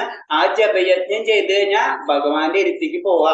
അത് പിന്നെ നമുക്ക് അറിയാൻ വേണ്ടി, നമ്മൾ അറ്റ്ലീസ്റ്റ് അറിയാൻ വേണ്ടി ഈ 2 ബുക്കുകൾ, അതായത് ഭഗവത്ഗീതയും അതേപോലെ തന്നെ ഭാഗവതവും നമ്മൾ വായിച്ചിരിക്കുക. അപ്പൊ നമുക്ക് അറ്റ്ലീസ്റ്റ് നമ്മളെ ജ്ഞാനം എന്നുള്ള ലെവല് നമുക്ക് കിട്ടിയിരിക്കും. അത് കഴിഞ്ഞിട്ട് നമ്മൾ ചെയ്യേണ്ട കാര്യം എത്രയും പെട്ടെന്ന് ചെയ്ത് കഴിഞ്ഞു ഈ സംസാര സാഗരത്തിൽ നിന്ന് എത്രയും പെട്ടെന്ന് രക്ഷപ്പെട്ട് ഭഗവാന്റെ ലോകത്തിലേക്ക് ചെയ്യണം. കാരണം അല്ലെങ്കിൽ ഈ ജന്മ കർമ്മങ്ങൾ കാരണം കൊണ്ട് നമ്മൾ ഈ ലോകത്തിലേക്ക് ഇങ്ങനെ തിരിഞ്ഞു മറിഞ്ഞുകൊണ്ടിരിക്കും. അപ്പൊ ഇതീ പറഞ്ഞു തരുന്ന വെച്ച് കഴിഞ്ഞാൽ ഇങ്ങനെ ആയ ദ്വന്ദ്ങ്ങളൊക്കെ മാറ്റിയിട്ട് എത്രയും പെട്ടെന്ന് നമ്മള് ഭഗവാന്റെ ലോകത്തിലേക്ക് അല്ലെങ്കിൽ മോചനം നേടിയിട്ടുള്ളവരുമായി ബ്രഹ്മനിർവ്വാണം പോകുന്നു. അത് ഒന്നുകൂടെ സ്റ്റെപ്പായിട്ട് അയാ ഭക്തിയുടെ ലെവല് ഭഗവാൻ പറഞ്ഞു തരുന്നതാണ്. കാമക്രോധവിയുക്താനാം യദീനാം യദചേതസാം അഭിതോ ബ്രഹ്മനിർവാണം വർത്തതേ വിദിതാത്മനാം. ഹരേ കൃഷ്ണ പ്രഭുജി. ഹരേ കൃഷ്ണ മാതാജി. ഇതില് കാമക്രോധങ്ങൾ ഒഴിഞ്ഞ അച്ചടക്കത്തോടെ പരിപൂർണതയ്ക്ക് വേണ്ടി അനവരതം യത്നിക്കുന്ന ആത്മസാക്ഷാത്കാരം നേടിയവർക്ക് അജീരണ പരമപ്രാപ്തി സുനിശ്ചിതമാണ്. അപ്പൊ നമ്മള് കാമം ക്രോധം അതൊക്കെ നമ്മള് മാറ്റണം. എന്നിരുന്നാലോ നമുക്ക് ഞാൻ പറയാം ഇതൊക്കെ ഇതിന്റെ ബൈ പ്രോഡക്ട്സുകളാണ്. മനസ്സിലായോ? നമ്മള് ഈ കാമം ക്രോധമൊക്കെ നമുക്ക് മാറ്റാൻ നമുക്ക് പറ്റും. നമുക്ക് എന്താണ് ഭക്തിയിൽ നമ്മൾ പുരോഗമിക്കുമ്പോൾ ഇതൊക്കെ ഇതിന് മാറിപ്പോകും. അതിന് ഭക്തി നമ്മൾ ചെയ്യണം എന്നാണ്. നമ്മൾ പ്രാക്ടീസ് ചെയ്യണം. 3 തരം ഭക്തിനെ പറ്റി ഞാൻ പറഞ്ഞിരുന്നില്ല. ഒന്ന് നമ്മളെ ഫസ്റ്റ് നൈഷ്ഠികം, അതായത് നമ്മള് ചെയ്യേണ്ട ആയ കാര്യങ്ങൾ അങ്ങനെ ചെയ്തു വരുമ്പോഴാണ് നമ്മള് നെക്സ്റ്റ് ലെവലിലേക്ക് പരമാനന്ദം ആ ലെവലിലേക്ക്. അപ്പൊ നമ്മൾ ആദ്യം കറക്റ്റ് ആയിട്ട് ചെയ്യണം. നൈഷ്ഠികമായിട്ട് നമ്മളോട് പറഞ്ഞു തന്നിട്ടുള്ള കാര്യങ്ങൾ നമ്മൾ ചെയ്തിരിക്കണം. അങ്ങനെ ചെയ്യുമ്പോഴാണ് സംഭവിക്കണം. അങ്ങനെ ചെയ്തിരിക്കുമ്പോൾ നമ്മൾ കാമക്രോധങ്ങളൊക്കെ തന്നെത്താനും നമ്മളിലേക്ക് പോകും. അങ്ങനെ പോകുമ്പോ നമ്മൾ നെക്സ്റ്റ് ലെവലായ പരമാനന്ദത്തിലേക്ക് കടക്കും. പരമാനന്ദവും എന്ന് പറഞ്ഞു കഴിഞ്ഞാൽ അത് അൾട്ടിമേറ്റ് അല്ല, അതിനും ഒരു സന്തോഷത്തിനും ഒരു ലിമിറ്റ് ഉണ്ട്. അത് കഴിഞ്ഞ് നെക്സ്റ്റ് ലെവലാണ് പ്രേമഭക്തി. അതിൽ തന്നെ പല സെക്ഷൻസ് ഉണ്ട്. ഈ അനുഷ്ഠാനത്തിൽ തന്നെ പല സെക്ഷൻസ് ഉണ്ട്. അതിൽ സെൻട്രലിൽ പറഞ്ഞ പരമാനന്ദിൽ തന്നെ പല സെക്ഷൻസ് ഉണ്ട്. നമ്മൾ 1ാം ക്ലാസ് തൊട്ട് PhD പോലെ തന്നെ പോണ സെക്ഷൻസ് ഉണ്ട്. നമ്മൾ അത് കാരണം അനുഷ്ഠാനത്തിന് നമ്മളെ ഇസ്കോണില് അല്ലെങ്കിൽ ഭക്തിയില് വളരെയധികം ഇമ്പോർട്ടൻസ് ഉണ്ട്. അതിന് ജപം ചെയ്യണം, കാലത്ത് ജപം ചെയ്യണം, യമനിയമം, ഇതൊക്കെ അതിന്റെ ഒരു സ്റ്റെപ്പാണ്. പക്ഷെ എന്നിരുന്നാലും നമുക്ക് അത് ഉള്ളിലുള്ള വ്യക്തികൾക്ക് മാത്രമേ അതിനൊരു ക്വാളിഫൈഡ് നമുക്ക് ഉണ്ടായാൽ മാത്രമേ അത് ചെയ്യാൻ പറ്റുള്ളൂ. കാരണം ഭഗവാന്റെ കഥ കേൾക്കാൻ ആഗ്രഹമില്ലാത്ത ഒരു വ്യക്തി, ആ ശ്രവണത്തിന് ആഗ്രഹമില്ലാത്ത വ്യക്തി, ഇപ്പൊ നമ്മളെ ക്ലാസ്സിൽ തന്നെ 60-70 പേര് രജിസ്റ്റർ ചെയ്തിട്ടുണ്ടായിരുന്നു. 10-22 പേർക്ക് ഉള്ളൂ. കാരണം ആ ഒരു ടൈം ചിലർക്ക് അതിനെപ്പറ്റി ചിന്തിക്കാനേ സമയമില്ല. ഇപ്പൊ ചിലർ 1 മണിക്കൂർ സമയം ചെലവാക്കണം. അങ്ങനത്തെ വ്യക്തികൾക്ക് ഒരിക്കലും ഈ ഭഗവാന്റെ മറ്റുള്ള കാര്യങ്ങളിലേക്ക് പോകാൻ കഴിയില്ല. കാരണം ഏറ്റവും ഇമ്പോർട്ടന്റ് ആണ് ഭഗവാന്റെ കേസിൽ പറയുമ്പോൾ ശ്രവണം, കീർത്തനം, സ്മരണം. ഈ 3ഉം നമ്മളെ ഉള്ളിൽ ഒതുങ്ങിയിട്ടുള്ള നമ്മളെ മനസ്സിലുള്ള കാര്യമാണ്. അത് നമ്മൾ വളർത്താതെ അതിന് നമ്മൾ ഇമ്പോർട്ടൻസ് കൊടുത്തില്ലെങ്കിൽ തീർച്ചയായിട്ടും നമുക്ക് ഭഗവാന്റെ യാതൊരു ഇതിലേക്ക് നമുക്ക് ആ ലെവലിലേക്ക്, അതായത് അനുഷ്ഠാനത്തിലേക്കോ അതുപോലെ തന്നെ പരമാനന്ദിലേക്കോ അതിന് പ്രേമഭക്തിയിലേക്കോ നമുക്ക് പോകാൻ കഴിയില്ല.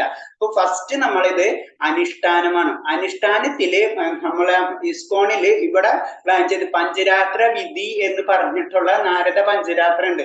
അതിൽ പറഞ്ഞിട്ടുള്ള കുറെ കാര്യങ്ങളുണ്ട്. കുറെ കാര്യങ്ങൾ നമ്മൾ ചെയ്യണം. നമുക്കറിയാം, നമ്മളിപ്പോ എന്തെങ്കിലും കോഴ്സ് പഠിക്കാൻ പോകണമെന്ന് വെച്ച് കഴിഞ്ഞാലും അതിന് നമ്മള് അവര് തരുന്ന കാര്യങ്ങൾ നമ്മൾ ചെയ്താലേ ആ കോഴ്സ് നമ്മൾ പാസ്സാവുള്ളൂ എന്ന് പറഞ്ഞ പോലെ നമ്മള് അനുഷ്ഠാനം ചെയ്ത് കഴിഞ്ഞാൽ നമുക്കറിയാം, സാധാരണ ഇതിൽ നമുക്കറിയാം സാധന അല്ലെങ്കിൽ സേവ ഒക്കെ നമ്മള് സാധാരണ ഭാഷയിൽ അറിയാം. ഹനുമാൻ സേവ, ആ സേവ, ഈ സേവ എന്നൊക്കെ പറഞ്ഞു. അതായത് ആ ഒരു സാധന ശക്തി നമ്മളേക്ക് ഉണ്ടാക്കിയെടുക്കണം.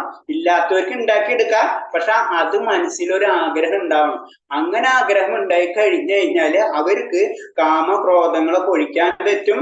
അതിനുവേണ്ടി അവര് നിരന്തരമായി ശ്രമിച്ചുകൊണ്ടിരിക്കും. അങ്ങനെ അവർക്ക് ആത്മസാക്ഷാത്കാരം നേടിയവർക്ക് അൾട്ടിമേറ്റ് അവർക്ക് പരമപ്രാപ്തി ലഭിക്കുന്ന ഭഗവാൻ ഇതില് പറഞ്ഞു തരാണ്. ഹരേ കൃഷ്ണ. നോട്ടം കൊണ്ട് മാത്രമേ മത്സ്യം കുഞ്ഞുങ്ങളെ പോറ്റുന്നു. ആമ ധാന്യം കൊണ്ട് ആമ കരയിലാണ് മുട്ടയിടുന്നത്. വെള്ളത്തിൽ കിടന്നുകൊണ്ട് ആ മുട്ടകൾ മനസ്സ് ഒന്നുകയും ചെയ്യുന്നു. അതേപോലെ തന്നെ കൃഷ്ണാബോധമുള്ള ഭക്തനും ഭഗവതാമത്തിൽ നിന്ന് വിദൂരസ്ഥനാണെങ്കിലും നിരന്തരമായ ധാന്യം കൊണ്ടും കൃഷ്ണാബോധ പ്രവർത്തനം കൊണ്ടും ആദാമത്തിലേക്ക് ഉയരാം. ഭൗതിക ക്ലേശങ്ങളുടെ ആഘാതം അയാൾക്ക് അനുഭവപ്പെടില്ല. സദാ പരമ്പുരുഷന് മുറിയിരിക്കുന്നത് മൂലം പ്രാപഞ്ചിക ക്ലേശങ്ങൾ തീണ്ടാത്ത ഈ അവസ്ഥയാണ് ബ്രഹ്മനിർവാണം. അപ്പൊ ബ്രഹ്മനിർവാണം എന്താണെന്നാണ് ഭഗവാൻ പറഞ്ഞത്. അതിലെന്താ? ഭൗതിക ക്ലേശങ്ങള് ആ വ്യക്തിക്ക് ഉണ്ടാവില്ല. ഭൗതികമായിട്ട് യാതൊരു ബന്ധങ്ങളും ആ വ്യക്തിക്ക് ഉണ്ടാവില്ല. സദാസമയവും ഭഗവാനിൽ മുഴുകിയിരിക്കും. കാരണം അപ്പൊ അങ്ങനെ കാരണം കൊണ്ട് ആ വ്യക്തി, അതാണ് ശരിക്കും ഒറിജിനൽ ഭക്തൻ എന്ന് പറയുന്നത്. അതാണ് അങ്ങനത്തെ വ്യക്തികളാണ് ശരിക്കും എന്ന് പറഞ്ഞത്. ഭക്തൻ എന്ന് പറയുന്നത് ആ സദാസമയവും ഭഗവാന്റെ നാമവും ഭഗവാന്റെ കാര്യങ്ങളും പ്രവർത്തിച്ചുകൊണ്ടിരിക്കുന്ന വ്യക്തിന് ശരിക്കും ബ്രഹ്മനിർവാണ ഇതിൽ ക്വാളിഫൈഡ് ആയിട്ടുള്ള ആ വ്യക്തിക്ക് മാത്രമേ ബ്രഹ്മനിർവാണം ലഭിക്കുകയുള്ളൂ എന്നാണ് ഈ ശ്ലോകത്തിൽ കൂടെ ഭഗവാൻ പറഞ്ഞു തരുന്നത്. ഹരേ കൃഷ്ണ. ഹരേ കൃഷ്ണ. ഹരേ കൃഷ്ണ. ഭോക്താരം യജ്ഞതപസാം സർവലോകമഹേശ്വരം സുഹൃദം സർവഭൂതാനാം ജ്ഞാത്വാ മാം ശാന്തി മൃച്ഛതി. ഹരേ കൃഷ്ണ പ്രഭുജി. ഹരേ കൃഷ്ണ. ഇതിലെ ശ്ലോകത്തിൽ യജ്ഞങ്ങളുടെയും തപസ്സുകളുടെയും ഭോക്താവും ദേവന്മാരുടെയും സർവ്വലോകങ്ങളുടെയും അധിപനും എല്ലാ ജീവികളുടെയും സുഹൃത്തും അഭ്യുദ്ധകാംക്ഷിയുമാണ് ഞാനെന്ന് മനസ്സിലാക്കിയ തികഞ്ഞ കൃഷ്ണാബോധമുള്ള വ്യക്തി ഭൗതിക ക്ലേശങ്ങൾ ഒഴിഞ്ഞ് ശാന്തി നേടുന്നു. അപ്പൊ ശരിക്കും ഭഗവാൻ എന്താണെന്ന് ഭഗവാൻ ഇതില് നമുക്ക് പറഞ്ഞു തരണം. ഒന്നാമത്തെ എന്താണ് ഭഗവാൻ എന്ന് പറയുന്നത്? എല്ലാ യജ്ഞങ്ങളും അല്ലെ, എല്ലാ യജ്ഞങ്ങളും, അതായത് ഹോമം എന്താണെന്ന് ചോദിക്കും നമ്മളെ സാധാരണ രീതിയിൽ ഭാഷയിൽ പറഞ്ഞ ഹോമങ്ങൾ നമുക്ക് പറയാം അല്ലെങ്കിൽ. അപ്പൊ യജ്ഞങ്ങളുടെയും തപസ്സുകളുടെയും, തപസ് എന്ന് പറഞ്ഞ എല്ലാ ആത്മീയമായിട്ടുള്ള എല്ലാ പ്രവർത്തനങ്ങളുടെയും ഭോക്താവും അതിന്റെ എല്ലാ ആസ്വാദകൻ അതാണ്. ഇപ്പൊ ശരിക്കും ഇപ്പൊ ഗോപന്മാര് ഭഗവാന് പടങ്ങൾ പറിച്ചു കൊടുക്കണാണ്. പിന്നെ അധിപൻ, താഴത്തെ ഫോട്ടോഗ്രാഫിലുണ്ട് അധിപൻ, അതായത് ഈ വിശ്വപ്രപഞ്ചം മുഴുവനും കാത്തു സൂക്ഷിക്കുന്ന അല്ലെങ്കിൽ പരിപാലിക്കുന്ന വിഷ്ണുവിനെയാണ് കാണിച്ചിട്ടിരിക്കുന്നത്. ഈ വിഷ്ണു തന്നെ 3 തരം വിഷ്ണു ഉണ്ട്. നമ്മൾ സാധാരണ ഇതിനൊക്കെ മനസ്സിലായിട്ടുള്ള വിഷ്ണു എന്ന് മാത്രമേ ഉള്ളൂ. ഗർഭോദായസ വിഷ്ണു, ക്ഷീരോദായസ വിഷ്ണു, അതുപോലെ തന്നെ കാരണോദായസ വിഷ്ണു, അങ്ങനെ 3 വിഷ്ണു ഉണ്ട്. അതിൽ തന്നെ പ്രപഞ്ചം സൃഷ്ടിക്കുന്ന വിഷ്ണു ഉണ്ട്. അതൊക്കെ ഭാഗവതത്തിൽ ഡീറ്റെയിൽ ആയിട്ട് പറയുന്നുണ്ട്. അപ്പൊ പറഞ്ഞു വരുന്നത് വെച്ച് കഴിഞ്ഞാല് തപസ്സുകളുടെ ഭോക്താവും ദേവന്മാരുടെയും സർവ്വലോകങ്ങളുടെയും അധിപനും. അപ്പൊ നമ്മളെ ചിന്താഗതിയില് ഭഗവാൻ അൾട്ടിമേറ്റും അതേപോലെ തന്നെ ദേവന്മാർ അതിന്റെ താഴെയാണ്. അതാണ് ഭഗവാൻ പറഞ്ഞു തന്നെ. ദേവന്മാരുടെയും പറഞ്ഞിട്ടുണ്ട്. അപ്പൊ ദേവന്മാരുടെ മുകളിലാണ് ഭഗവാൻ. അപ്പൊ ദേവന്മാരുടെ സർവ്വലോകങ്ങളുടെയും. അപ്പൊ ലോകങ്ങൾ ഒരു ലോകമല്ല, പല ലോകങ്ങളുണ്ട്. ലോകങ്ങളുടെ അധിപതിയും എല്ലാ ജീവികളുടെ സുഹൃത്ത്. അത് ഭഗവാൻ ഒരിക്കലും ഒരാളെ ശത്രുവല്ല, ഉള്ളിലെപ്പോഴും നമ്മളെ കൂടെ തന്നെ നിൽക്കുന്ന വ്യക്തിയാണ്, അല്ലെങ്കിൽ പരമാത്മാവ് രൂപേണ നമ്മുടെ ജീവാത്മാവിന്റെ കൂടെ ഉള്ളതാണ്. അതിന് പറഞ്ഞത് എല്ലാ ജീവികളുടെ സുഹൃത്തും അഭ്യുദയകാംക്ഷിയുമാണ് ഞാനെന്ന് മനസ്സിലാക്കി തികഞ്ഞ്. അപ്പൊ ആ ലെവലിലേക്ക് ഉയർന്ന വ്യക്തിക്ക് എന്ത് തീർച്ചയായും ഭൗതികമായിട്ട് അയാൾക്ക് ബന്ധം ഉണ്ടാവില്ല. അയാൾ ഭൗതിക ക്ലേശങ്ങളിൽ നിന്ന് ഒഴിഞ്ഞിരിക്കുന്ന പറയണത്. അപ്പൊ കൃഷ്ണാബോധം പറഞ്ഞു. ഫസ്റ്റ് നമ്മൾ ഈ അധ്യായത്തിൽ പറഞ്ഞ എന്താണ് കൃഷ്ണാബോധം, കർമ്മയോഗത്തെ കൃഷ്ണബോധമായിട്ട് എങ്ങനെ കൺവേർട്ട് ചെയ്യാന്നാണ്. അപ്പൊ നമ്മളെ മനസ്സിലുണ്ടാവേണ്ട കാര്യം എന്താണ്? ഭഗവാൻ ശ്രീകൃഷ്ണനാണ് അൾട്ടിമേറ്റ്. അതിൽ നിന്ന് ഭാഗവതം പറഞ്ഞു തരുന്നത് അതാണ്. അത് നമ്മൾ ഒരു പ്രാവശ്യമെങ്കിലും ഭാഗവതം അറ്റ്ലീസ്റ്റ് അതിന്റെ 1ാമത്തെ സ്കന്ധമെങ്കിലും വായിക്കാം.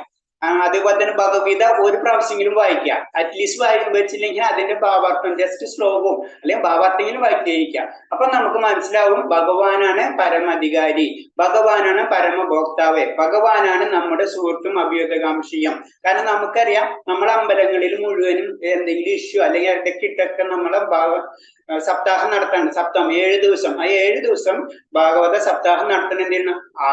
അതിന്റെ കാരണം എന്താണ്? ആ കാരണം നിങ്ങൾ നാളെ ആയിരിക്കില്ല എന്നോട് പറയാൻ പറ്റണം, എനിക്കൊന്ന് പറഞ്ഞുതരും. എനിക്കറിയില്ല, നിങ്ങളൊന്ന് പറഞ്ഞു തരണം കേട്ടോ ആരെങ്കിലും. അല്ലെങ്കിൽ ക്ലാസ് കഴിയുമ്പോൾ എന്തിനാണ് അമ്പലങ്ങളിൽ സപ്താഹം നടത്തുന്നത്? ഭഗവാനെ നമ്മുടെ സുഹൃത്തും അഭ്യുദയകാംക്ഷിയും. അപ്പൊ ആ ലെവലിലേക്ക് നമ്മള് ഉയരണം. അൾട്ടിമേറ്റ് ഭഗവാൻ എന്നുള്ള ലെവലിലേക്ക് ഉയരണം എന്നാണ് കൃഷ്ണാവബോധം നമുക്ക് പറഞ്ഞു തരുന്നത്. അപ്പൊ അതിന്റെ ഉദാഹരണം എന്ന് പറഞ്ഞു വെച്ച് കഴിഞ്ഞാൽ നമുക്ക് അത്തരം ഗോവർദ്ധന ഗിരി ഭഗവാൻ ഉയർത്തിക്കൊണ്ടിരിക്കുന്നു, ഒരു ചൂണ്ടുവിരലുമേലാണ് ഉയർത്തുന്നത്. അപ്പൊ അതാണ് ഭഗവാന്റെ ശക്തി, മനസ്സിലായി? അതുപോലെ ഗോവർദ്ധന പർവ്വതത്തിന്റെ ഫോട്ടോഗ്രാഫാണ്. അപ്പൊ ജസ്റ്റ് ഒന്ന് കാണിച്ചു ഭഗവാന്റെ ശക്തി. ഇന്നത്തെ ക്ലാസ് ഇത്രേ ഉള്ളൂ.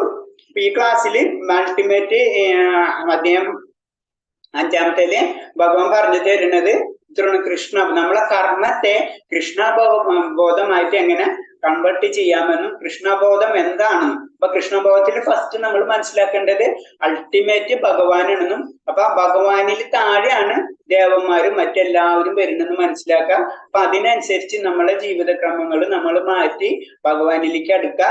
കർമ്മം എന്ന് പറഞ്ഞാൽ തന്നെ 2-3 ടൈപ്പ് ഉണ്ട്. കർമ്മണ്ട്, അകർമ്മുണ്ട്, വികർമ്മുണ്ട്.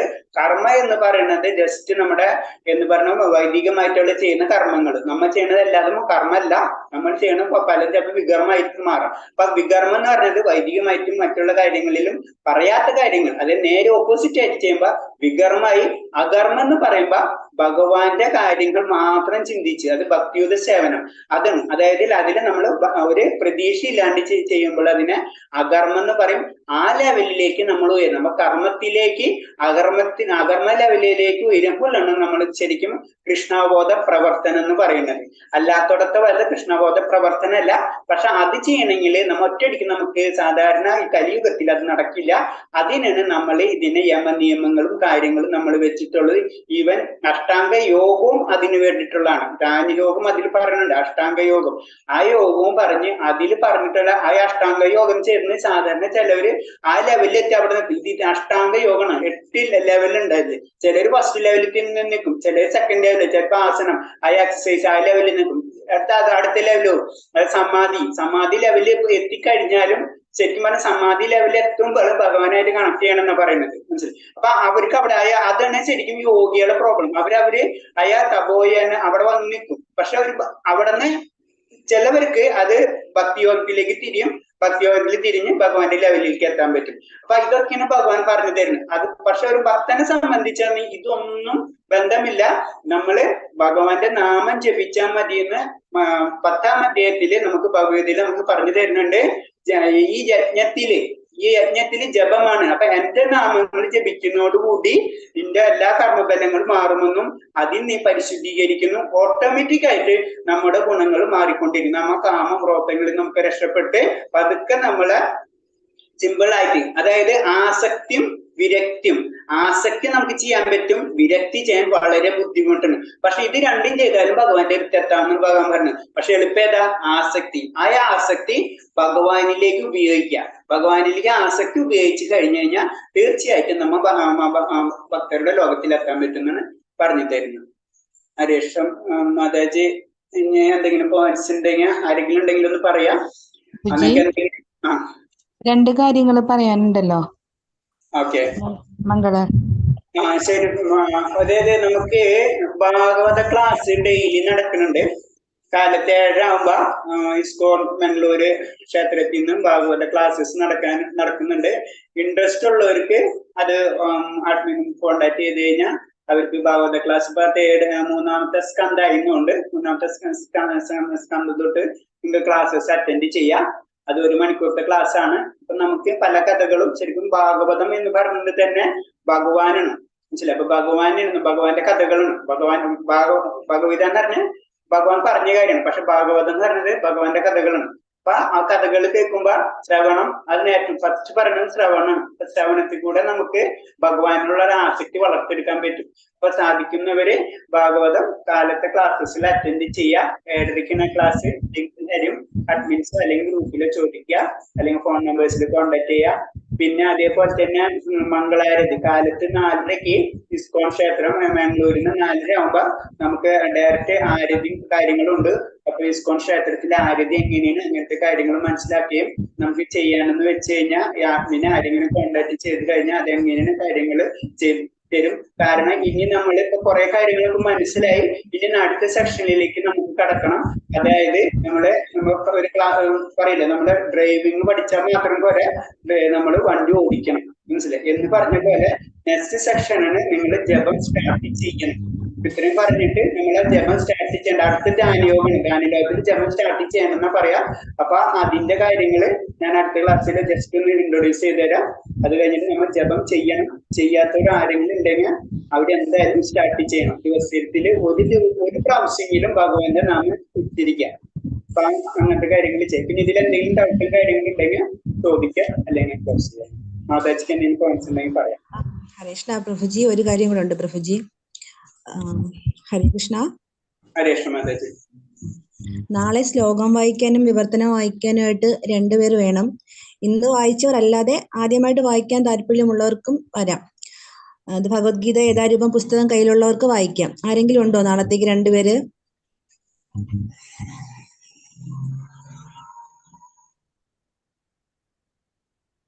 ഹരേഷ്ണ, നിങ്ങൾക്ക് ഞാൻ വായിക്കാൻ പറ്റുന്നവരെ അറിയാം. കാരണം എന്ന് വെച്ച് കഴിഞ്ഞാൽ നമ്മൾ ചിന്തിക്കാൻ നമ്മൾ ആര് മാത്രമേ എക്സ്പെർട്ടും കാര്യങ്ങളായിരിക്കില്ല. പക്ഷെ ഭഗവാന്റെ നാമം ഉച്ചരിക്കുന്നവർക്ക് ഭഗവാനുണ്ട്. നമ്മൾ എന്തുകൊണ്ട് ഭഗവാനെ വിളിക്കുന്നത്? അപ്പൊ ഭഗവാനെ വിളിക്കുക എന്ന് പറഞ്ഞു കഴിഞ്ഞാൽ ഭഗവാൻ നമ്മളെ അടുത്ത് വരും, അല്ലെ? വിദൂരസ്ഥനാണെങ്കിലും വിദൂരസ്ഥനാണെങ്കിലും നമ്മളെ അടുത്തുള്ള തന്നെയാണ് ഭഗവാൻ. അപ്പൊ ഭഗവാന്റെ നാമം കിട്ടിയ ചാൻസ് നമ്മൾ കളയരുത്. അതിനോട് ഇൻട്രസ്റ്റ് ഉണ്ടെങ്കിൽ നിങ്ങൾ ബെസ്റ്റ് പേര് കൊടുക്കുക. അപ്പൊ നമുക്ക് ആ ക്ലാസ്സിൽ അറ്റ്ലീസ്റ്റ് നാമെങ്കിലും ജപിക്കാന്നുള്ള മൈൻഡിലേക്ക് നിങ്ങൾ വരണം. അല്ലെങ്കിൽ നമുക്ക് അതിന്റെ ഒരു ബെനിഫിറ്റ് ഇല്ലല്ലോ. നമ്മൾ പറയില്ല, നമ്മൾ ക്ലാസ് പഠിച്ചിട്ട് നമ്മൾ സൈക്കിൾ പഠിച്ചിട്ട് സൈക്കിളോട്ട് പഠിച്ചിട്ട് സൈക്കിൾ ഉപയോഗിക്കാത്ത പോലെ ആവുന്നത്. അപ്പൊ അതിന്റെ ആരെങ്കിലും ഉണ്ടെങ്കിൽ ഒന്ന് പറയാം. ഹരേഷ്ണ അൺമ്യൂട്ട് ചെയ്തിട്ട് പറഞ്ഞോളൂ കേട്ടാ. പുസ്തകം കയ്യിലുള്ളവര് അൺമ്യൂട്ട് ചെയ്തിട്ട് പറഞ്ഞോളൂ ശ്ലോകം ചെല്ലണമെങ്കിൽ. ഹരേ കൃഷ്ണ. ശ്ലോകോ അല്ലെങ്കിൽ ഹരേകൃഷ്ണ മന്ത്രം ചെല്ലാൻ, ഹരേകൃഷ്ണ മന്ത്രം ചെല്ലണമെങ്കിൽ അതിനൊന്നും ആവശ്യമില്ല. അപ്പൊ അതെങ്കിലും ഇല്ല.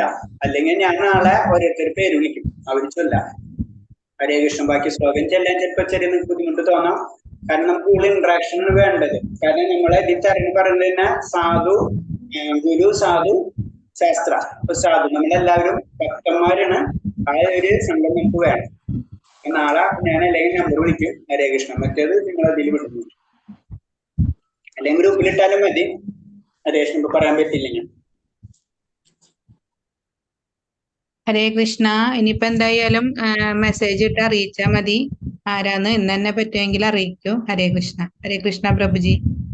ഹരേ കൃഷ്ണ. ഹരേ കൃഷ്ണ പ്രഭുജി. ഹരേ കൃഷ്ണ മാതാജി. ഹരേ കൃഷ്ണ. പഞ്ചകൽപതരൂപേച്ഛ കൃപസിന്ധ്യേഭ്യശ്ച പതിനാം പാവനേഭ്യോ വൈഷ്ണവേഭ്യോ നമോ നമഃ. ഹരേ കൃഷ്ണ കൃഷ്ണ കൃഷ്ണ ഹരേ ഹരേ രാമ രാമ രാമ ഹരേ ഹരേ. ഹരേ കൃഷ്ണ. प्रणाम प्रभु जी, हरि बोल. ഹരേ ബോൾ. ഹരേ കൃഷ്ണ. ഹരേ കൃഷ്ണ. ഹരേ കൃഷ്ണ.